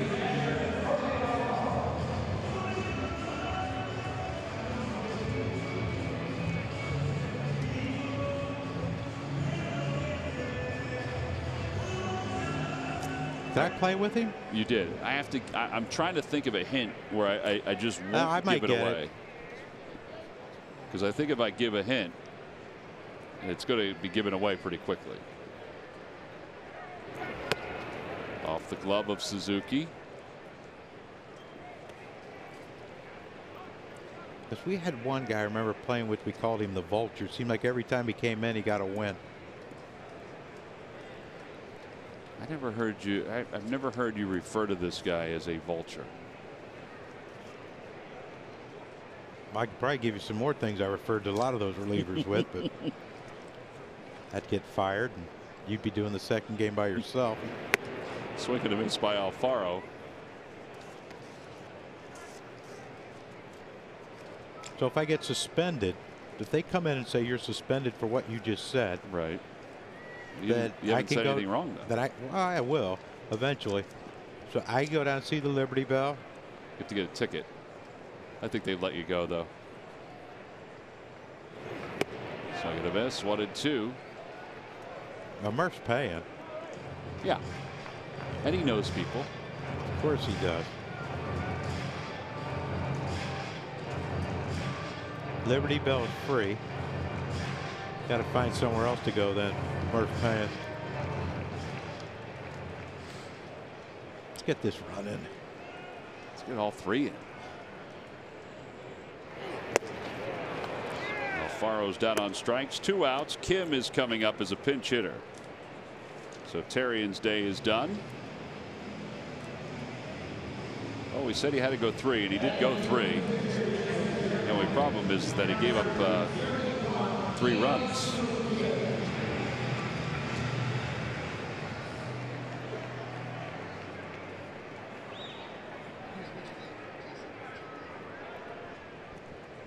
Three innings, 6 hits for him.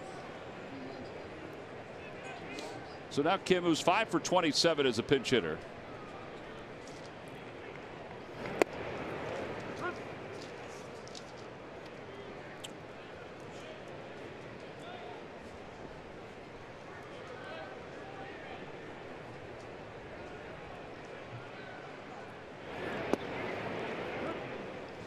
Boy, Phil Cuzzy really followed that, even though Suzuki was sprawling all over the place.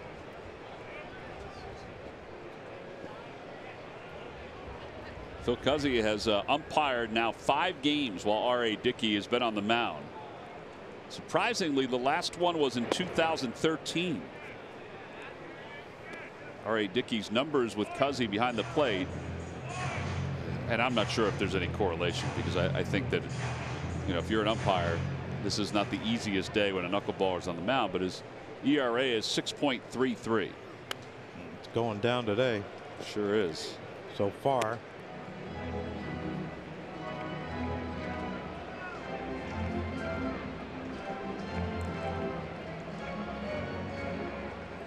I think Phil Cuzzy has the batter's elbow guard on. His left elbow. Think it's got his name on it, like the players have their name on it now? I would imagine. Unless it's the West vest and it's got Joe West's name on it. Nope, just Evo Shield. Yeah, in Major League Baseball.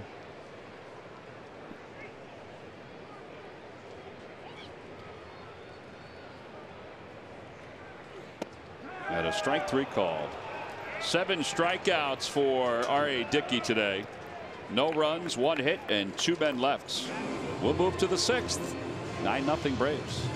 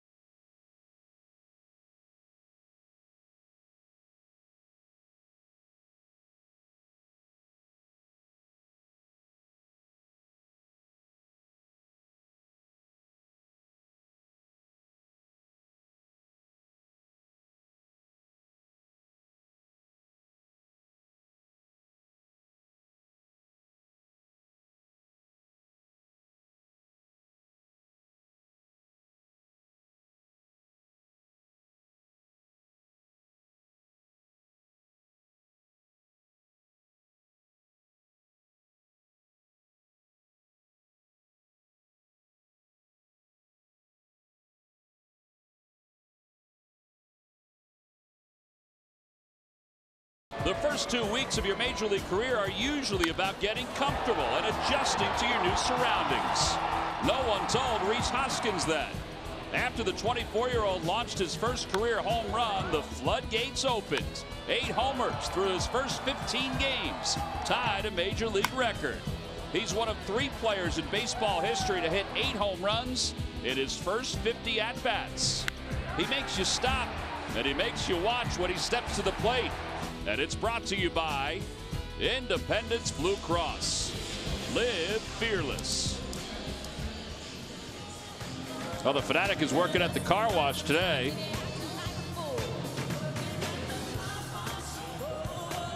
Trying to find the right forehead to shine up along with his ATV. I don't know what he was doing there. Spit shine. But he got down and curled up and went back up again. Yaxel Rios. Just wanted to show his mobility and versatility. And then the Galapagos gang helped out as well. Rios will bat second in the lineup because Freddie Galvis has been lifted from the game. Galvis is out. Florimon moves from center field to shortstop. Nick Williams is now in center field. And Hyun-Soo Kim stays in the game. He's in right field for the Phils. And it's no balls and 2 strikes. Can you keep track of that for me? That's a lot. I can. I got it. I'll remind you when they come up. Although I don't know if we'll see Rios up. Outside 1 and 2. Freddie is still one of only a handful of players to start every game this year for his respective team. So Hoskins is in left, Williams is in center, Correct. Kim's in right. That's it. Florimon came into short. Freddie's out. Swing and a miss. Markakis strikes out. Yeah, Pete said that he wanted to see Florimon play a little shortstop because you know, the thought is that Florimon could be a versatile guy off the bench for next year. Yeah, the super utility switch hitter could play. I mean, obviously he played a great center field. So this is his natural position, shortstop. Yeah. And he said that he wanted to get him to start at shortstop and play a full game. But he also wants to make sure that Freddie plays in every game this year. Pitches up high, 1-0 to Suzuki. I guess the thought is that they could even move Freddie around if they want to see Florimon at shortstop. 1-0 to Suzuki, who is 0 for 2. He's lined out and he's flied out. Swing and a miss, 1-1. So the Giants were the first team eliminated. Yes. They're only 40 out. Taking a hot September won't get them back in it. No, but there's a lot of talk about what they potentially might do even before the end of this year or when the season comes to a close. Fly ball to short right field. Out is Cesar and makes the basket catch. That's a solid play for the second out here in the 6th inning. Like what? Like trades? Stanton. Obviously, they've been in on the conversation with Stanton. And Justin Upton from the Tigers. Here's our Hyundai defensive play of the game. Well, with all the hits the Braves have got, we haven't had many opportunities to make good defensive plays, but Cesar right there tracks one down. Sun, everything. Hyun-Soo Kim came pouring in on him, and concentration makes the out. And that's our Hyundai defensive play of the game, brought to you by your local Hyundai dealers. Matt Adams is 0 for 2 with a walk. Now, if you think that there's, you know, the trades won't happen at this point, you know, for teams that are probably not in contention. Well, the Mariners have made a deal to get Mike Leake. Yeah. And not that the Mariners are out of the wild card race, but it's a tough road ahead for them. Playing one game under 500 baseball.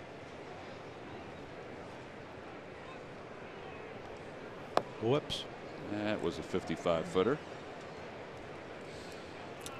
Held on to that one just a tad too long. So what? You know, they go Stanton. Upton. Those are the two names that were bandied about. Just going to try to revamp their whole outfield. Is Span signed for multi-years, or? I think Span has signed one more year.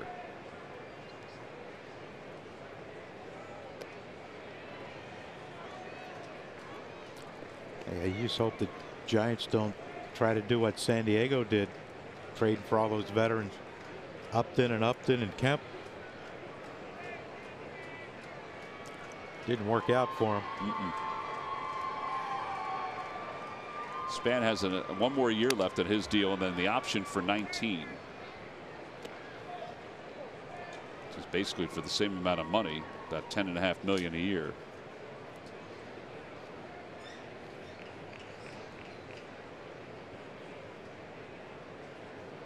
So they would have to pay him $10.5 million not to play for him. They wouldn't pick up the, yeah. Span, yeah. What a great country. Popped foul.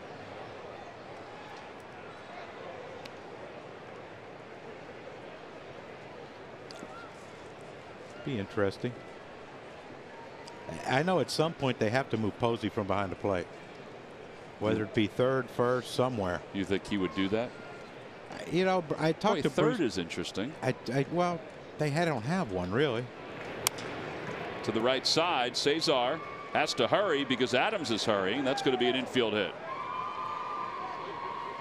So a 2-out single for Matt Adams. Sunday, September 17th, when the Phillies take on the Oakland A's. It's the Aviator hat, compliments of hers. It's for kids 14 and under. Go to Phillies.com for more information and to purchase your tickets. I wish that was a giveaway today. We probably going to need them in Miami. I hear it's only 95 now. Is that what you? 450% humidity, but you know. I know there was some question about what the weather was. It's a moist heat. It's a moist heat. Good lather. You can get a good lather there. Is that what it is? 95? Is that what you're saying? I don't know. I don't. What's it at home? I don't know. Muggy.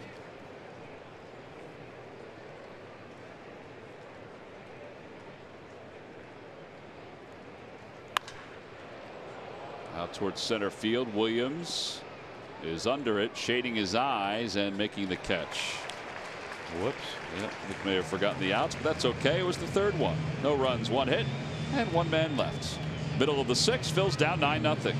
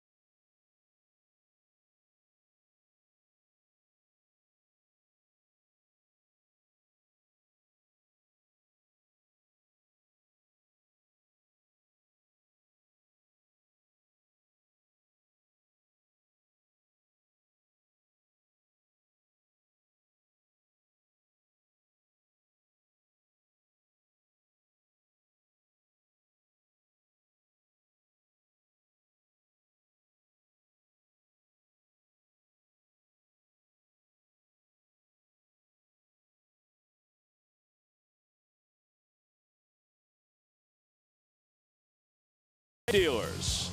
By Jefferson Health. Call 800-JEFF-NOW or visit jeffersonhealth.org. And by Toyota. Find your favorite model today. Toyota. Let's go places. Hello, John Kruk and Greg Murphy. I'm Tom McCarthy. Here we are at Citizens Bank Park. It's game one of this twin bill. And we go to the bottom of the sixth inning. It has been all R.A. Dickey and the Braves. They have 9 runs on 13 hits. All he has allowed are 2 hits. An infield hit for Tommy Joseph and a single to center by Jorge Alfaro. Cesar bounces the first pitch to shortstop. That's an easy out. And one away. Freddie Galvis coming up. Time now for the Jeep Stump the Fans Trivia Quiz answer. All right, John, the question is, what pitcher holds the Phillies single season record for most wins in August? That would be the Wild Thing. Back in 1991, he won 8 games in the month of August. Does that surprise you? No, because we were pretty bad. So we were behind a lot, and I'm sure he came in to get an inning, and then we scored. And he did win 12 games that year. We were bad. He was 12-5 with an ERA of 2.34. He was good. Yeah. But we weren't. As Rios fouls this at the plate. I thought maybe there was I knew there was a year that he had started a couple of games. That was with Chicago in '90. Started 2. Yeah, he was good at that. He and his brother pitched against each other in A-ball in the California League. I think they went into the last game of the season to see who would not only lead the league in walks, but set a record that will never be broken.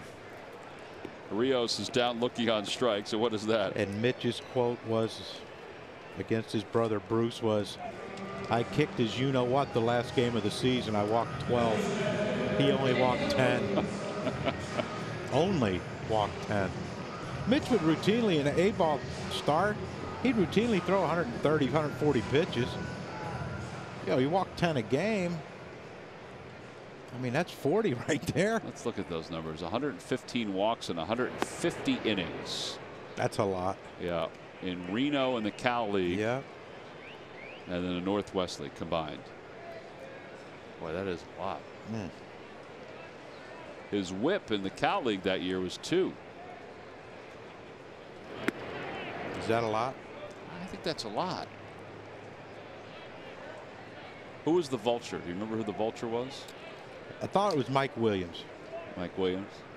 Because Mike, you know, he pitched that 20-inning game we had. I think he threw 8 innings or 9 innings or something like that. 7 innings. I know we carried him off the field after that win. Williams fouls it back over the screen. It's 2-2.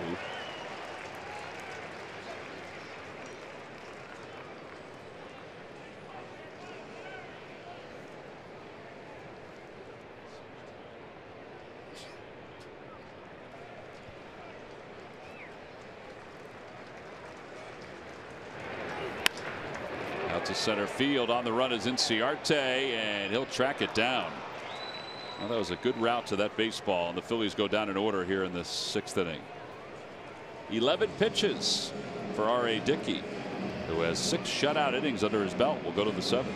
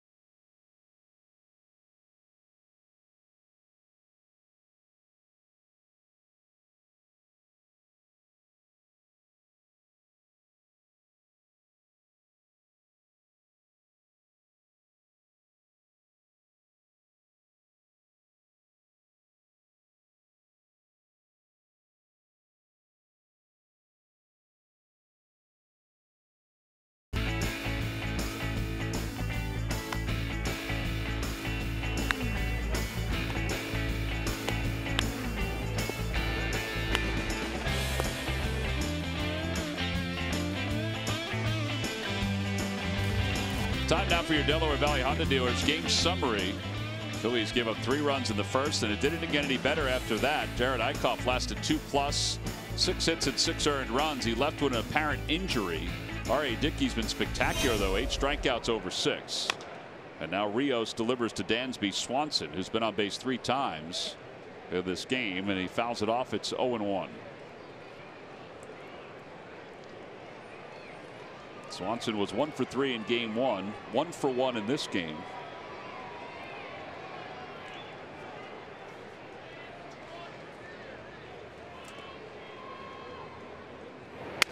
Broken back ground ball. That was a good pitch. Swanson taking a Sunday stroll up the first base line is thrown out easily. And 1 out here in the 7th.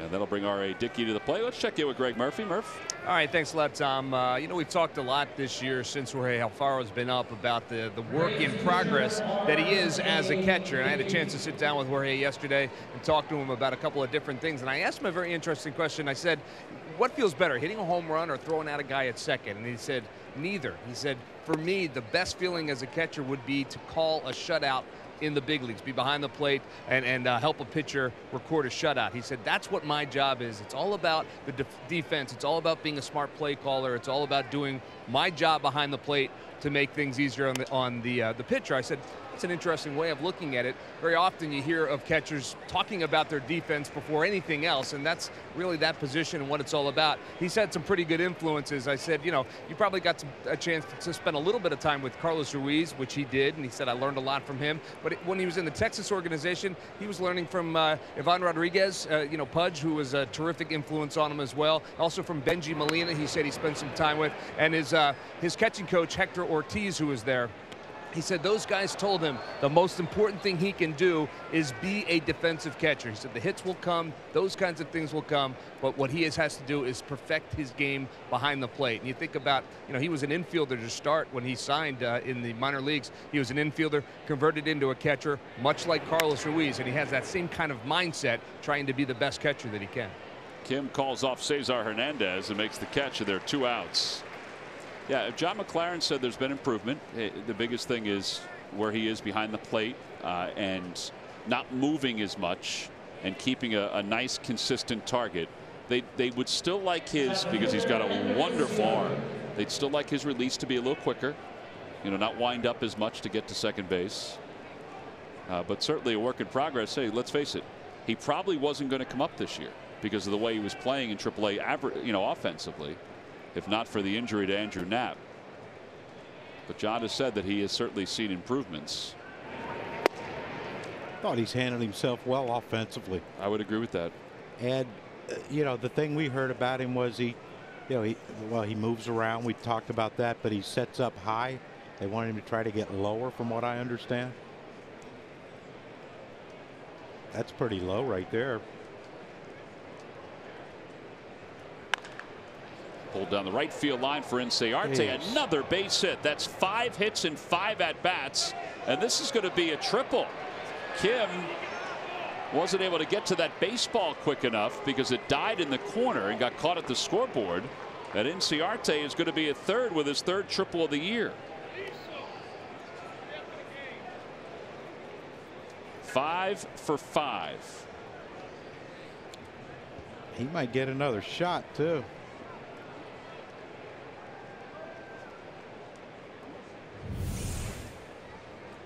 You watch this ball hit, and instead of bouncing out, it bounces directly against the wall. I don't know if Kim thought he was going to stop at second. Thought it was foul, maybe. I mean, I think that he probably thought he was going to stop at second. Phillips is 1 for 4 today. The first pitch from Rios outside, and it's 1-0. Think the Braves will rest Inciarte for game 2? I don't think so. Be awful nice if they did. Freeman looks like he's a little worn out too. Maybe give him a little blow. Let Adams play first in game 2. Absolutely.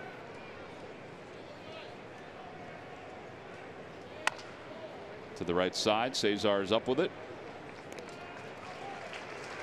So Inciarte's left over at third. Time to stretch here in Philadelphia for game 1 of this doubleheader. Phillies down 9-0 to the Atlanta Braves.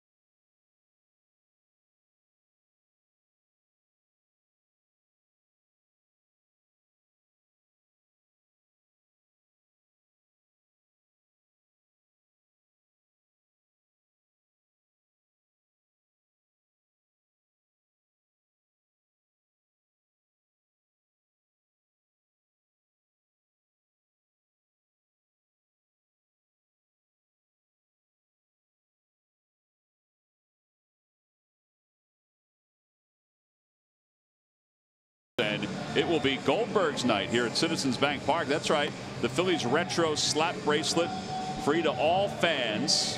Series creator and Philadelphia area native Adam Goldberg and actor Tony Gentile, who plays Barry, will be on hand. Plus, themed clips from the show will be featured throughout the game on Fanavision. Go to Phillies.com to purchase your tickets.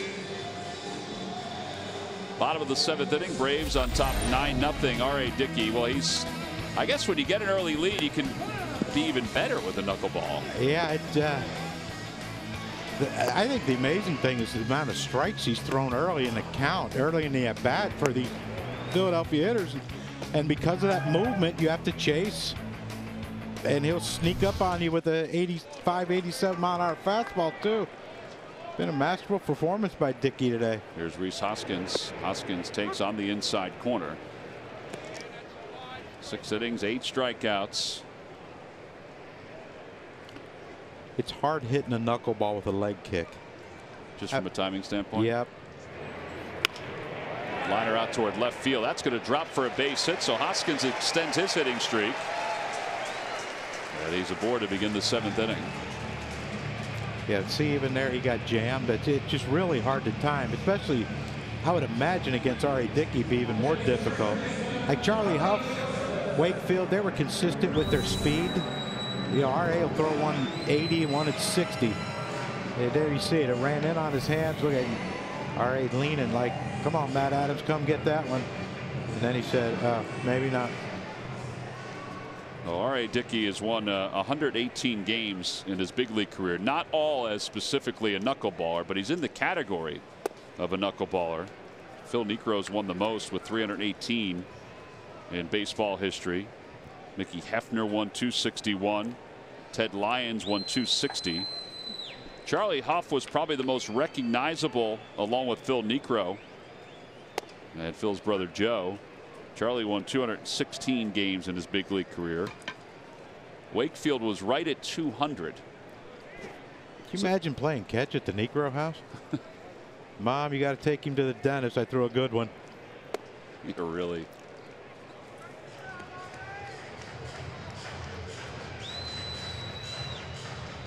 Didn't Wilbur Wood start both ends of a doubleheader once? Yeah, he won 164 games in his big league career.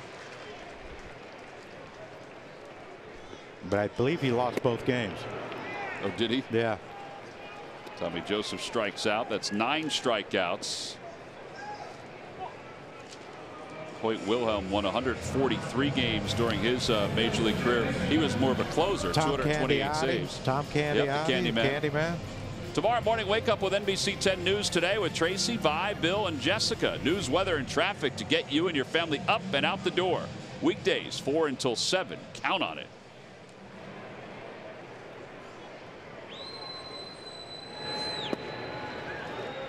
Whoa.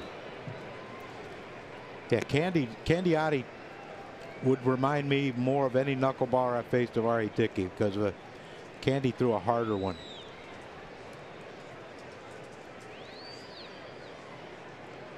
Tom Candiotti finished with 151 wins in his big league career. Franco takes low.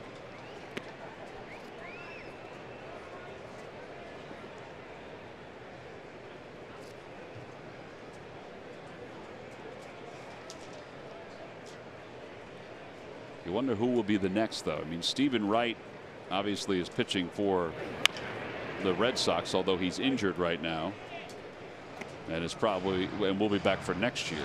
But who will be the next one? Because every generation seems to have at least one or two. Yeah, and you know, it's either a guy that was a prospect who threw hard and got hurt, has to figure something else out, or a position player like Wakefield was. Franco gets into one and hits it out toward left. Backpedaling is Adams, and he's at the track, and he'll make the catch. Yeah, that'll be the second out. I'm telling you, like, Larry Boa has a great knuckleball. Mm-hmm. Greg Nettles had one of the best ones I've ever seen. And if I upset him in some way in between innings, which I was apt to do, I would throw a ball to Nettles, and he'd throw a knuckleball to me. One time he hit me in the chest with one. Did he ever throw it during the game? No. Oh, okay. No, but in between innings, he hit me in the chest. That thing was wobbling all over the place. I guessed wrong. I went one way and it went the other. Could Larry throw a BP with his knuckleball? Yes. Could he? Yeah, he threw to us when we faced Charlie Huff. Did he really? Yeah. Yep. Was it good? I mean, yeah, it was a good one. Did it all get you ready? I don't know. I mean, well, it was either that, but you know, we hit Charlie around pretty good one game, and it falls out to right center field. Hoskins will go to third, and Florimone is aboard with a single. First and third with 2 outs. Yeah, we hit Charlie around pretty good one game in Miami, and I saw him after the game, and it was on a Sunday, and we were flying out. He said, "Good luck the rest of the season. You know, good luck in the postseason." I said, "Well, we see you guys next week." Now I got to get my hip replaced tomorrow. Felt like it. We're a complete idiot. Yeah, I mean, he was already what? I think he was what, 60 when he pitched against us. He was in his 40s or mid 40s, I think. Yeah, he stuck around for a long time. Yeah, just felt bad, you know, getting his hip replaced after his last start. Finished exactly at 500, did Charlie Huff. He was a big influence on R.A. Dickey and his development. 46 years young was Charlie Huff when he stopped playing. He was funny, man. He was a funny guy.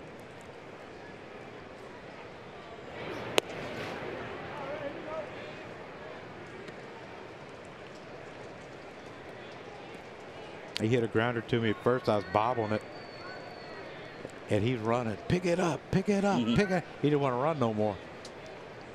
He wasn't too quick.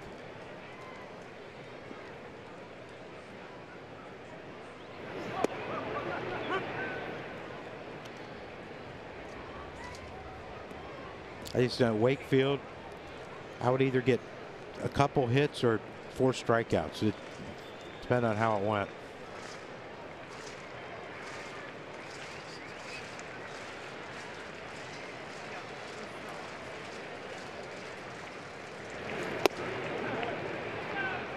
Two.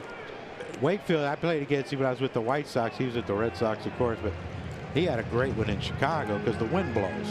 That thing was moving everywhere. See, it's funny because Jared, I don't know if you remember Jared Fernandez. He pitched a little bit in the big leagues with the Red Sox organization. Jared used to say, I used to think the same thing when it was breezy. I used to say, well, the wind's blowing. He goes, yeah, that's not always a good thing. No, if it's blowing out, it's better. Because of the wind resistance, the wind blowing out the ball without it having any spin on it, the ball will move more. Yeah, so if it's blowing in, it's going to straighten out. I got you. Maybe that's what he meant.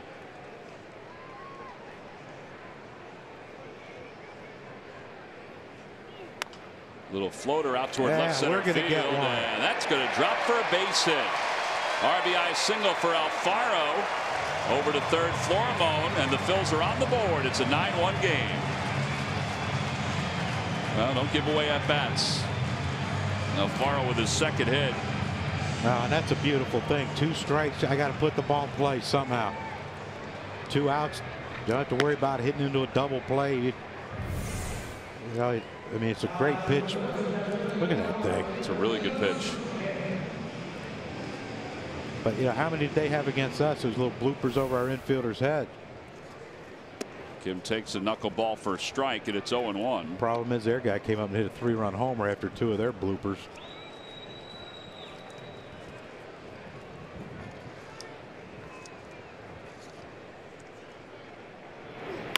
Bouncer to the right side. Albies will take care of Kim. Phillies do get a run. They leave 2. They collect 3 hits. We're on to the 8th inning. Braves 9, Phillies 1.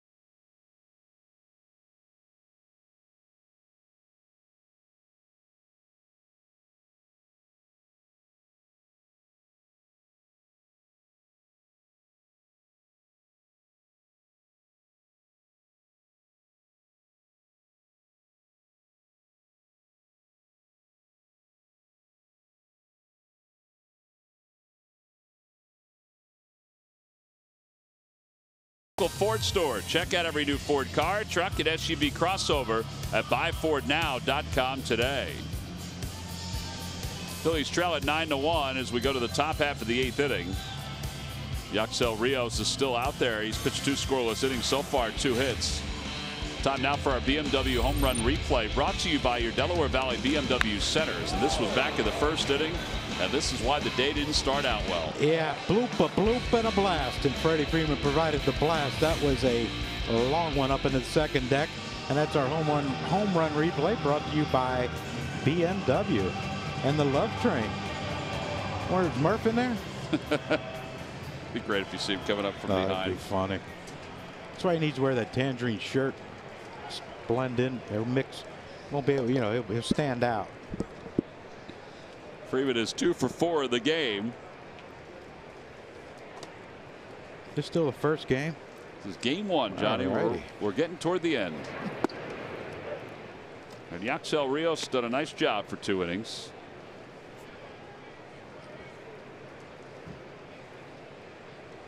The 2 guys have to get on for Enciarte to hit again.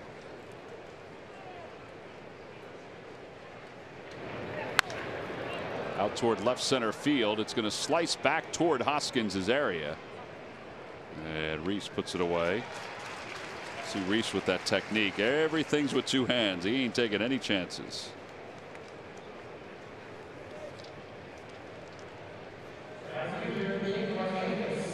And Markakis is coming up.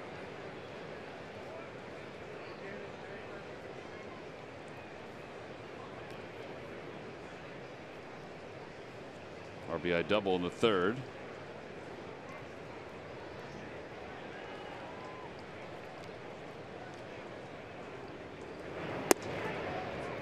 A little low. It's like Markakis has got his hands up a little higher and his bat flatter. It's like almost like Brock Stassi. It is a little like Brock Stassi. Little soft leg kick.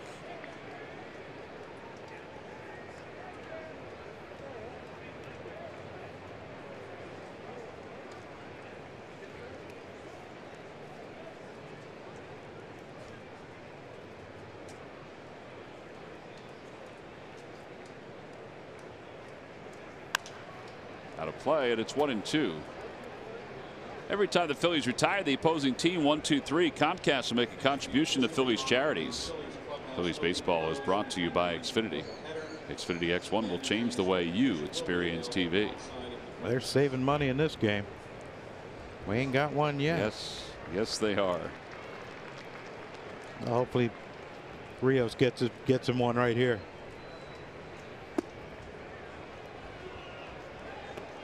2-2. I think Rios thought he had him, struck out.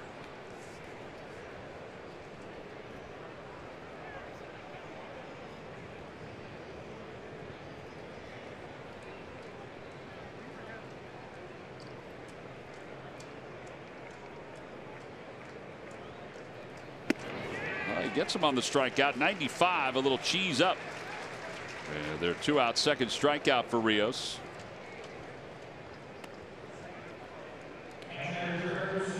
And Kurt Suzuki's coming up. Final dollar dog night of the season will be Wednesday, September 13th, when the Phillies take on the Miami Marlins. Tickets can be purchased by going to Phillies.com. Marlins are just here. They're going to be back again. I don't think I'm here for that one. Is that the first trip back from? That is the trip back. The first I group of home games? So. Yeah, we come back on the 12th. Yeah, I'm gone, I think. We're off on the 11th. Yeah. Well, the good thing is you know somebody, so you can get hot dogs anytime you want. I do. I know the fanatic. You can't shoot it up here, but might be able to put some aside. Over to the left side, Florimone. Nice play, nice throw, there nice you go. inning. And there is the first 1-2-3 inning of the day for the Phil's pitching staff. Rios throws 9 pitches to get through the 8th. We'll move to the bottom of the 8th inning. Phil's down 9-1 against the Braves.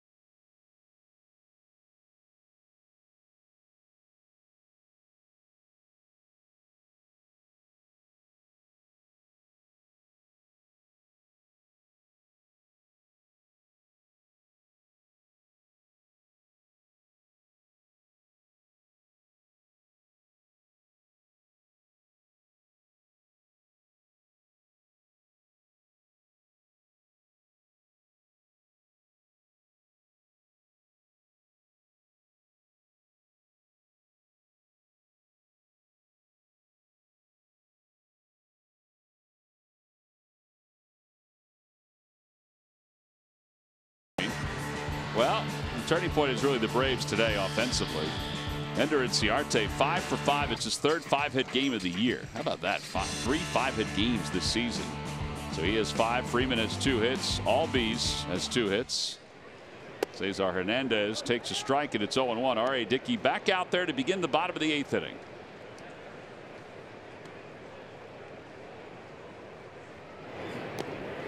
R.A. Dickey this year now has made 3 starts against the Phillies, counting today 14 innings, 8 hits, or I should say 14 hits, and 3 earned runs during those 3 outings.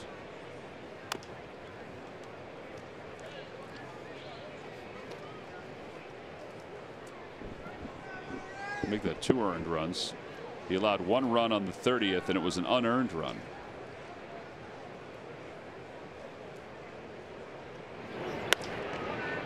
Right past the fleet-footed Mickey Morandini. Look at Freddie Freeman. You know, I asked him. He just gave us a thumbs up. I asked him yesterday, but on Monday night, I said, which ball was closer, the line drive? Yeah. I think Cesar hit, or the pickoff throw by Sims. He said the pickoff throw because he said, at least I saw the one Cesar hit coming at me. He said, but I swear to you, I don't know how it missed me. 3 balls and 2 strikes. He wasn't too happy that we were making fun of him a little. He likes the attention. Yeah, he does. This is Mickey Mo. Line drive, base hit for Cesar. Here we come. 11th hit of the homestand for Cesar. I'd like to have this announcement from Dan Baker. Look at Mick. Look at. I think that's the bad hip too.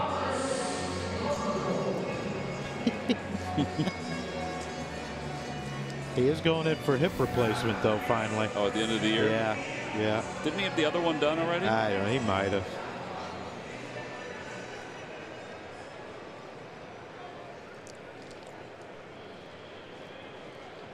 Let's see, he's lasted longer than Charlie Huff's hit. Broken back ground ball. Phillips to second for 1, or Albies to second for 1, and then Swanson over to first. Can you imagine if Swanson would have bounced that ball to first and hit the bat? Bats are flying these last few games. Yeah, I was hoping Dan Baker said now coming into pinch hit and pitch the 9th. Well, it's because of Rios, really. I mean, he's able to go 3 scoreless, and it looks like Ramos is going to pitch the 9th inning.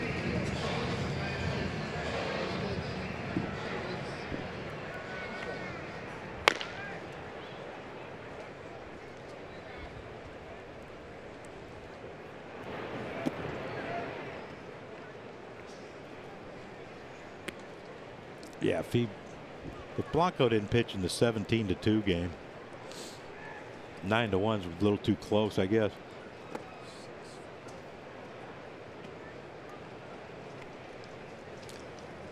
.114 pitches for RA.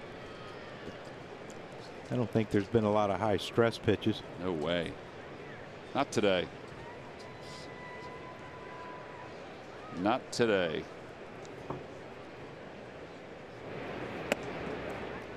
Phillies might be happy to see somebody like Julio Teheran, the starter in Game 2.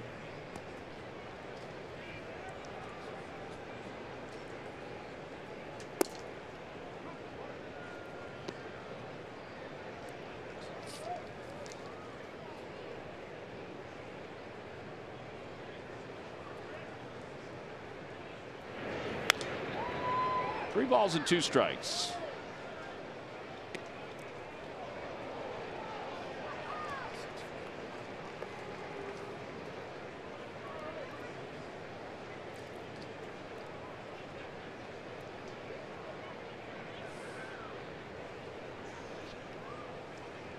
Distribution of outs.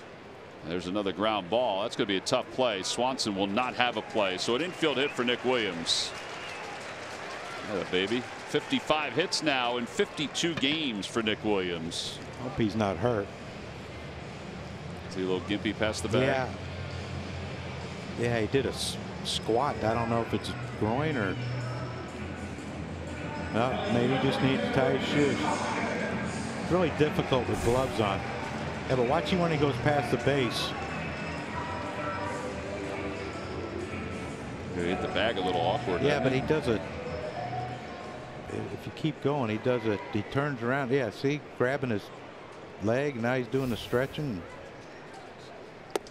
Hoskins takes outside. Well, Reese hits one up in the seats. He can trot around and go get some treatment.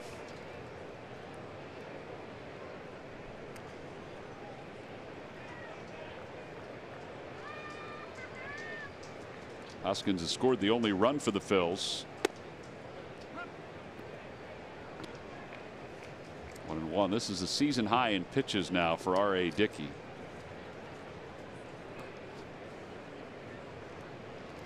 Jason Mott warming up in the bullpen for the Bravos. Popped him up. Freddie Freeman says he has it. And the inning is over. No runs, 2 hits, and 1 man left for the Phils. We've completed 8. We'll go to the 9th inning. The Phillies trail the Braves by 8.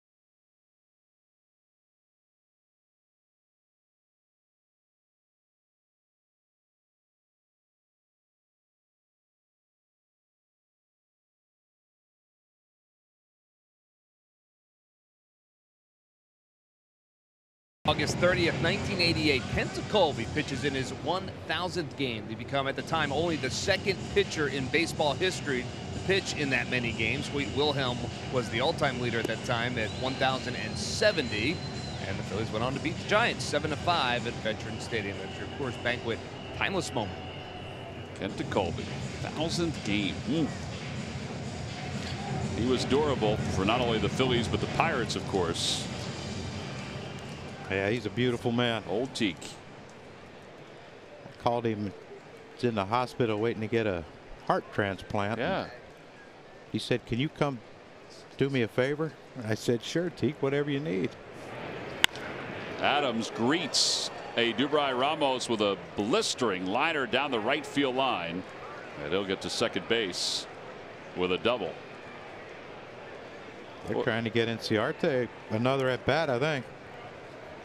What did Teak need? 6-pack.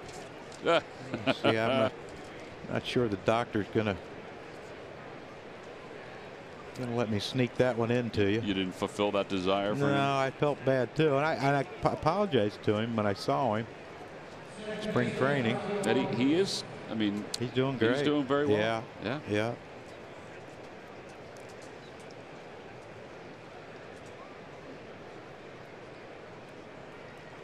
He was old school, man. He was. He'd come down after games and sit and have a bottled water with us, and I say that with a tongue in cheek. A couple tongues in the cheeks, yeah, but he'd come out and hang out. We loved it.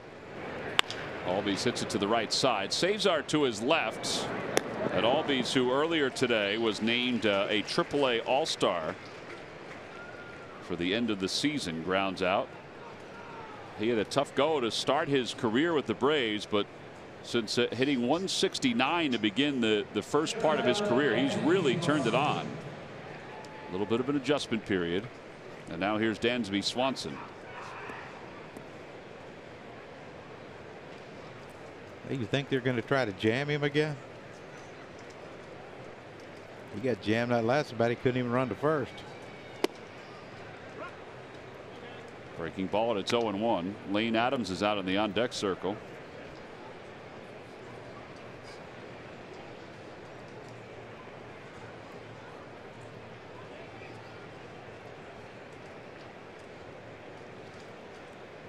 They got Milner out there now, huh?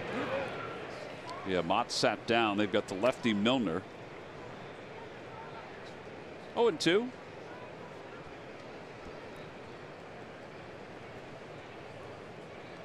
And then Minter.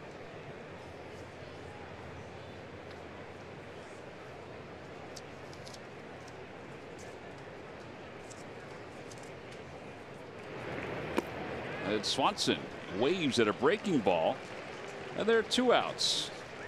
And Adams is indeed coming up. Number 16, Lane Adams. And he will pinch hit for R.A. Dickey.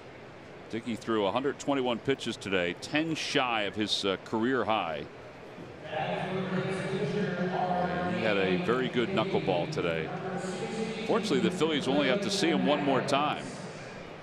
You know, he had that one year with the Mets where the Phillies just couldn't do anything against him. Then they had some success, and now this year, not so much.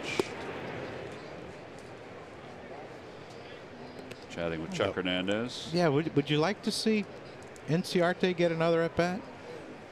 Or have we seen enough of him? I mean, I think we've seen enough. He's not going to break the record for hits in a game, so unless we tie it and push it into extra innings.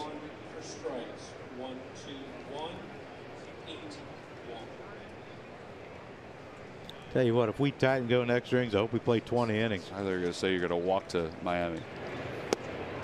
Outside, 2-1. I have trouble from getting here into our office over there. It's amazing the good steps I have going to get the ice cream, but when it goes to like sit. Yeah, you do have a hop in your step. 3-1. It's all about Frankie Two Scoops. You get to visit him in between games? Yep. Yep. Oh, baby. He made it a point to let me know that they would be open and ready to go after game 1.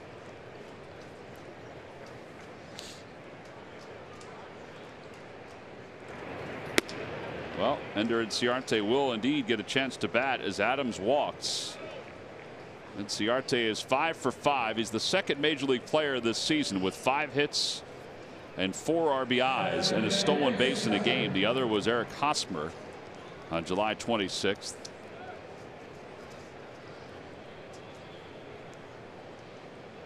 See the scoring summary that's bouncing around up top.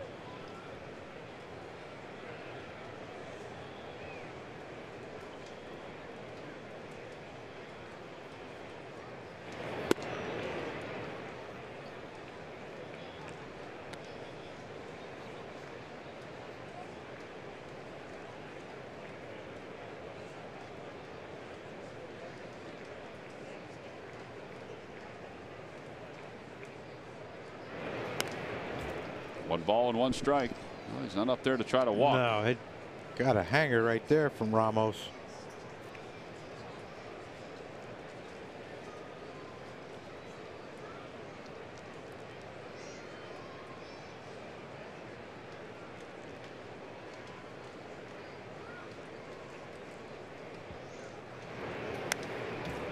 One and 2. Probably the 2 best pitch. I think we figured out how to pitch to him. It's throw him a hanging breaking ball. Fouls it off.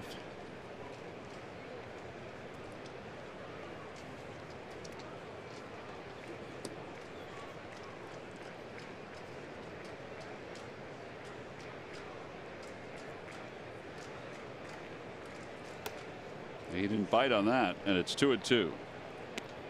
Well, I think Larry Anderson told me he tried to throw Andre Dawson hanging sliders. I'm glad you didn't tell the third baseman that. I never heard the end of the story, though. Did Dawson ever hit the hanging slider? No, he said he didn't know what to do with it. Does he pull it? Does he hit it the other way? I would have thought he would have been able to hit it once or twice. I would think. That one year he hit, well, he had a Hall of Fame career, of course, but what was that, 86? I think he was MVP. Runner goes from first, and the pitch inside, ball 4. So he reaches base for the 6th time today. So he's 5 for 5 with a walk. He's reached base safely now in 7 consecutive plate appearances. And if I'm the Braves, I look at that at bat with the 2 hanging breaking balls and figure, you know what, he's struggling. We might not want to play him game 2. Give him a rest. Didn't look like he could handle that hanging breaking ball. Might be time to sit him down. Do you think that's running through Brian Snitker's mind? I'm sure that's what he's doing right now. Like, oh boy, now who do I lead off? Inciarte's out. He's struggling. Phillips takes away.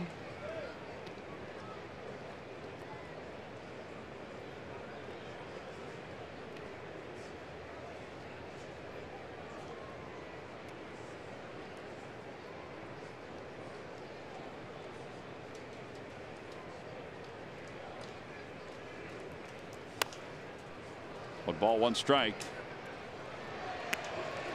We had a 5 for 5, a 2,000th hit. Not in this game. Just seems that way. Brandon Phillips is first at bat. Hit number 2,000. It does seem like a while ago. It was an RBI single in the first. It was today, though, I promise. And that pitch up high. You know why we're not smart? Why is that? At some point during this game, we should have gotten up and stretched our legs. But I want to be the first one in for the ice cream. And well, I mean, oh, all right. Well, you have the before the post game hit, you can do it. I still got to do that too. Yeah. Outside, 3-1. Huh. Production Cavity just informed us that you are off for the post game hit. Now, isn't a cavity a big hole?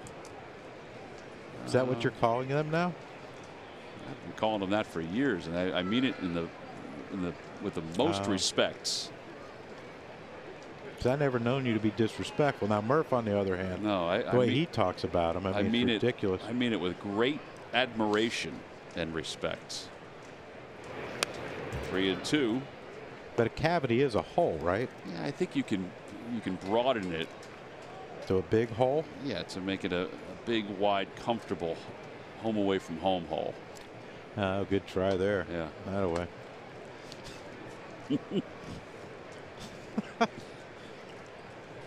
You know, sometimes it's just going to feel better when you just say what you mean. Fouled back as the runners are going, and they'll do it again. I'll teach you someday. Now it makes me feel bad that I've been calling it that for all these years. Oh, I'm glad to be of help.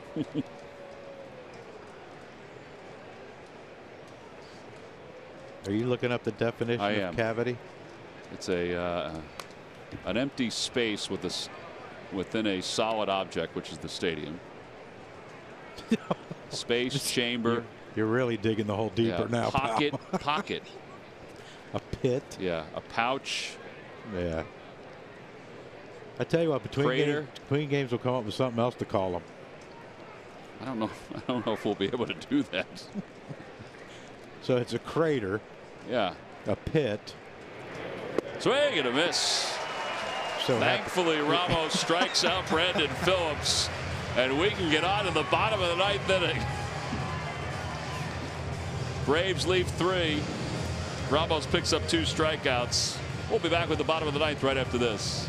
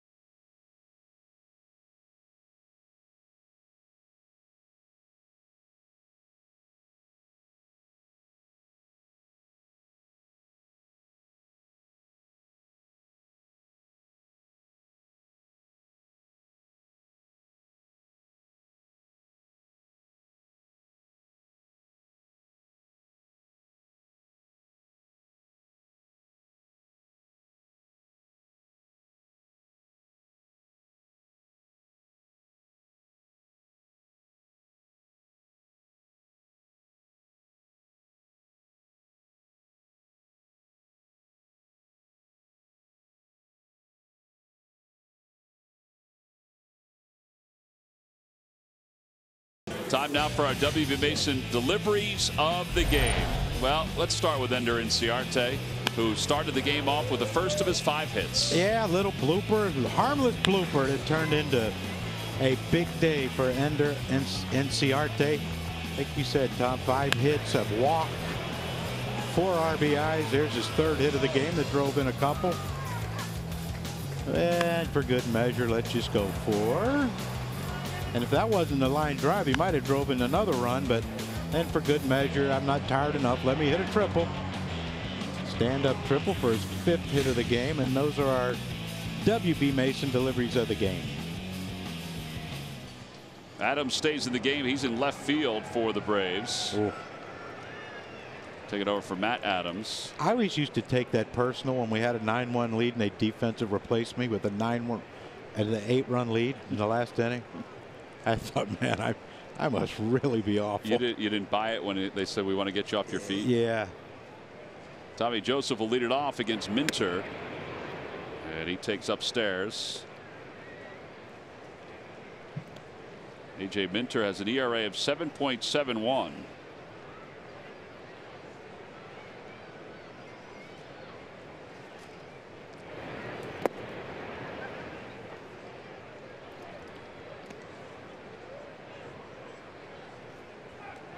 Tommy singled earlier in the ball game, so he's 1 for 3.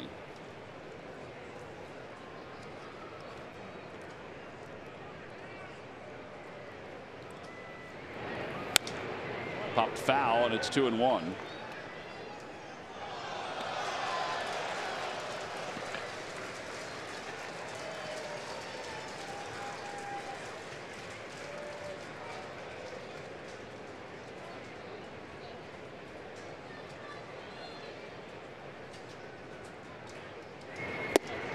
Two and 2.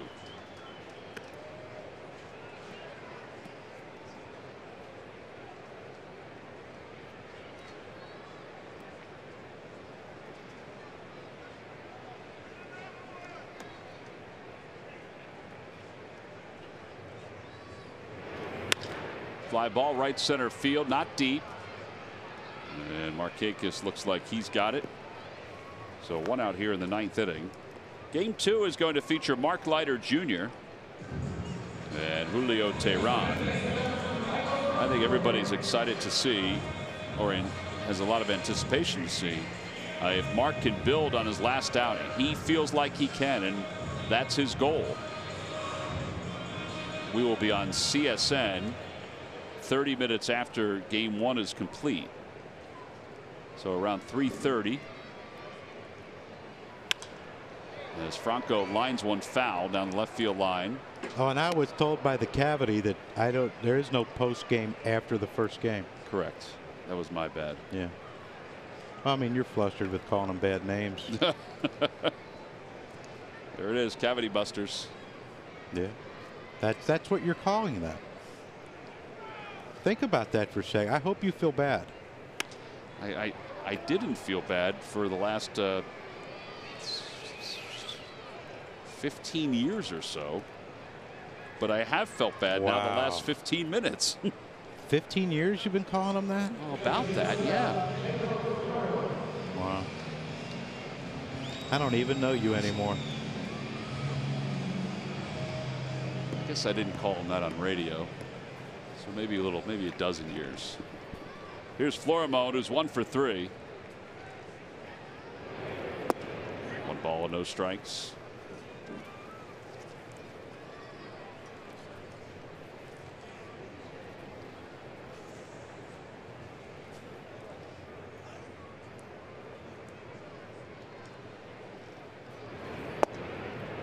Two and 0.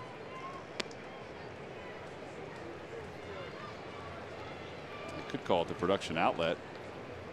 That would be a lot better. But Ollie's already got it for the bargain outlet.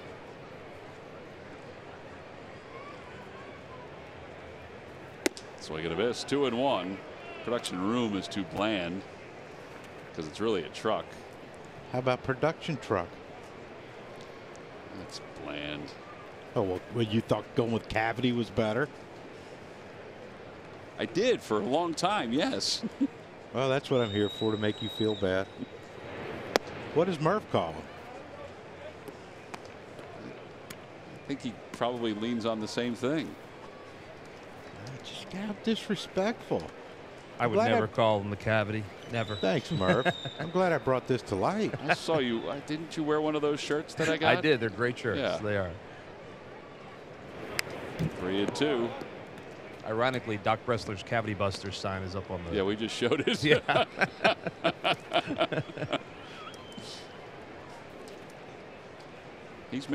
Doc Bressler's made a living with the word cavity. Yeah, by taking care of them, by healing them, by fixing them, not by calling them. Like when the guy leaves, he fixes a root canal or something. He doesn't say, "Hey, see you next week, cavity." Well, the ball game, John, is over, and we can contemplate even longer.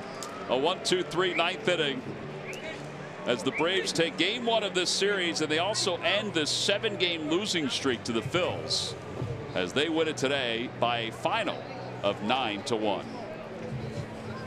The production truck has told us that Ender Inciarte is our Chevrolet player of the game.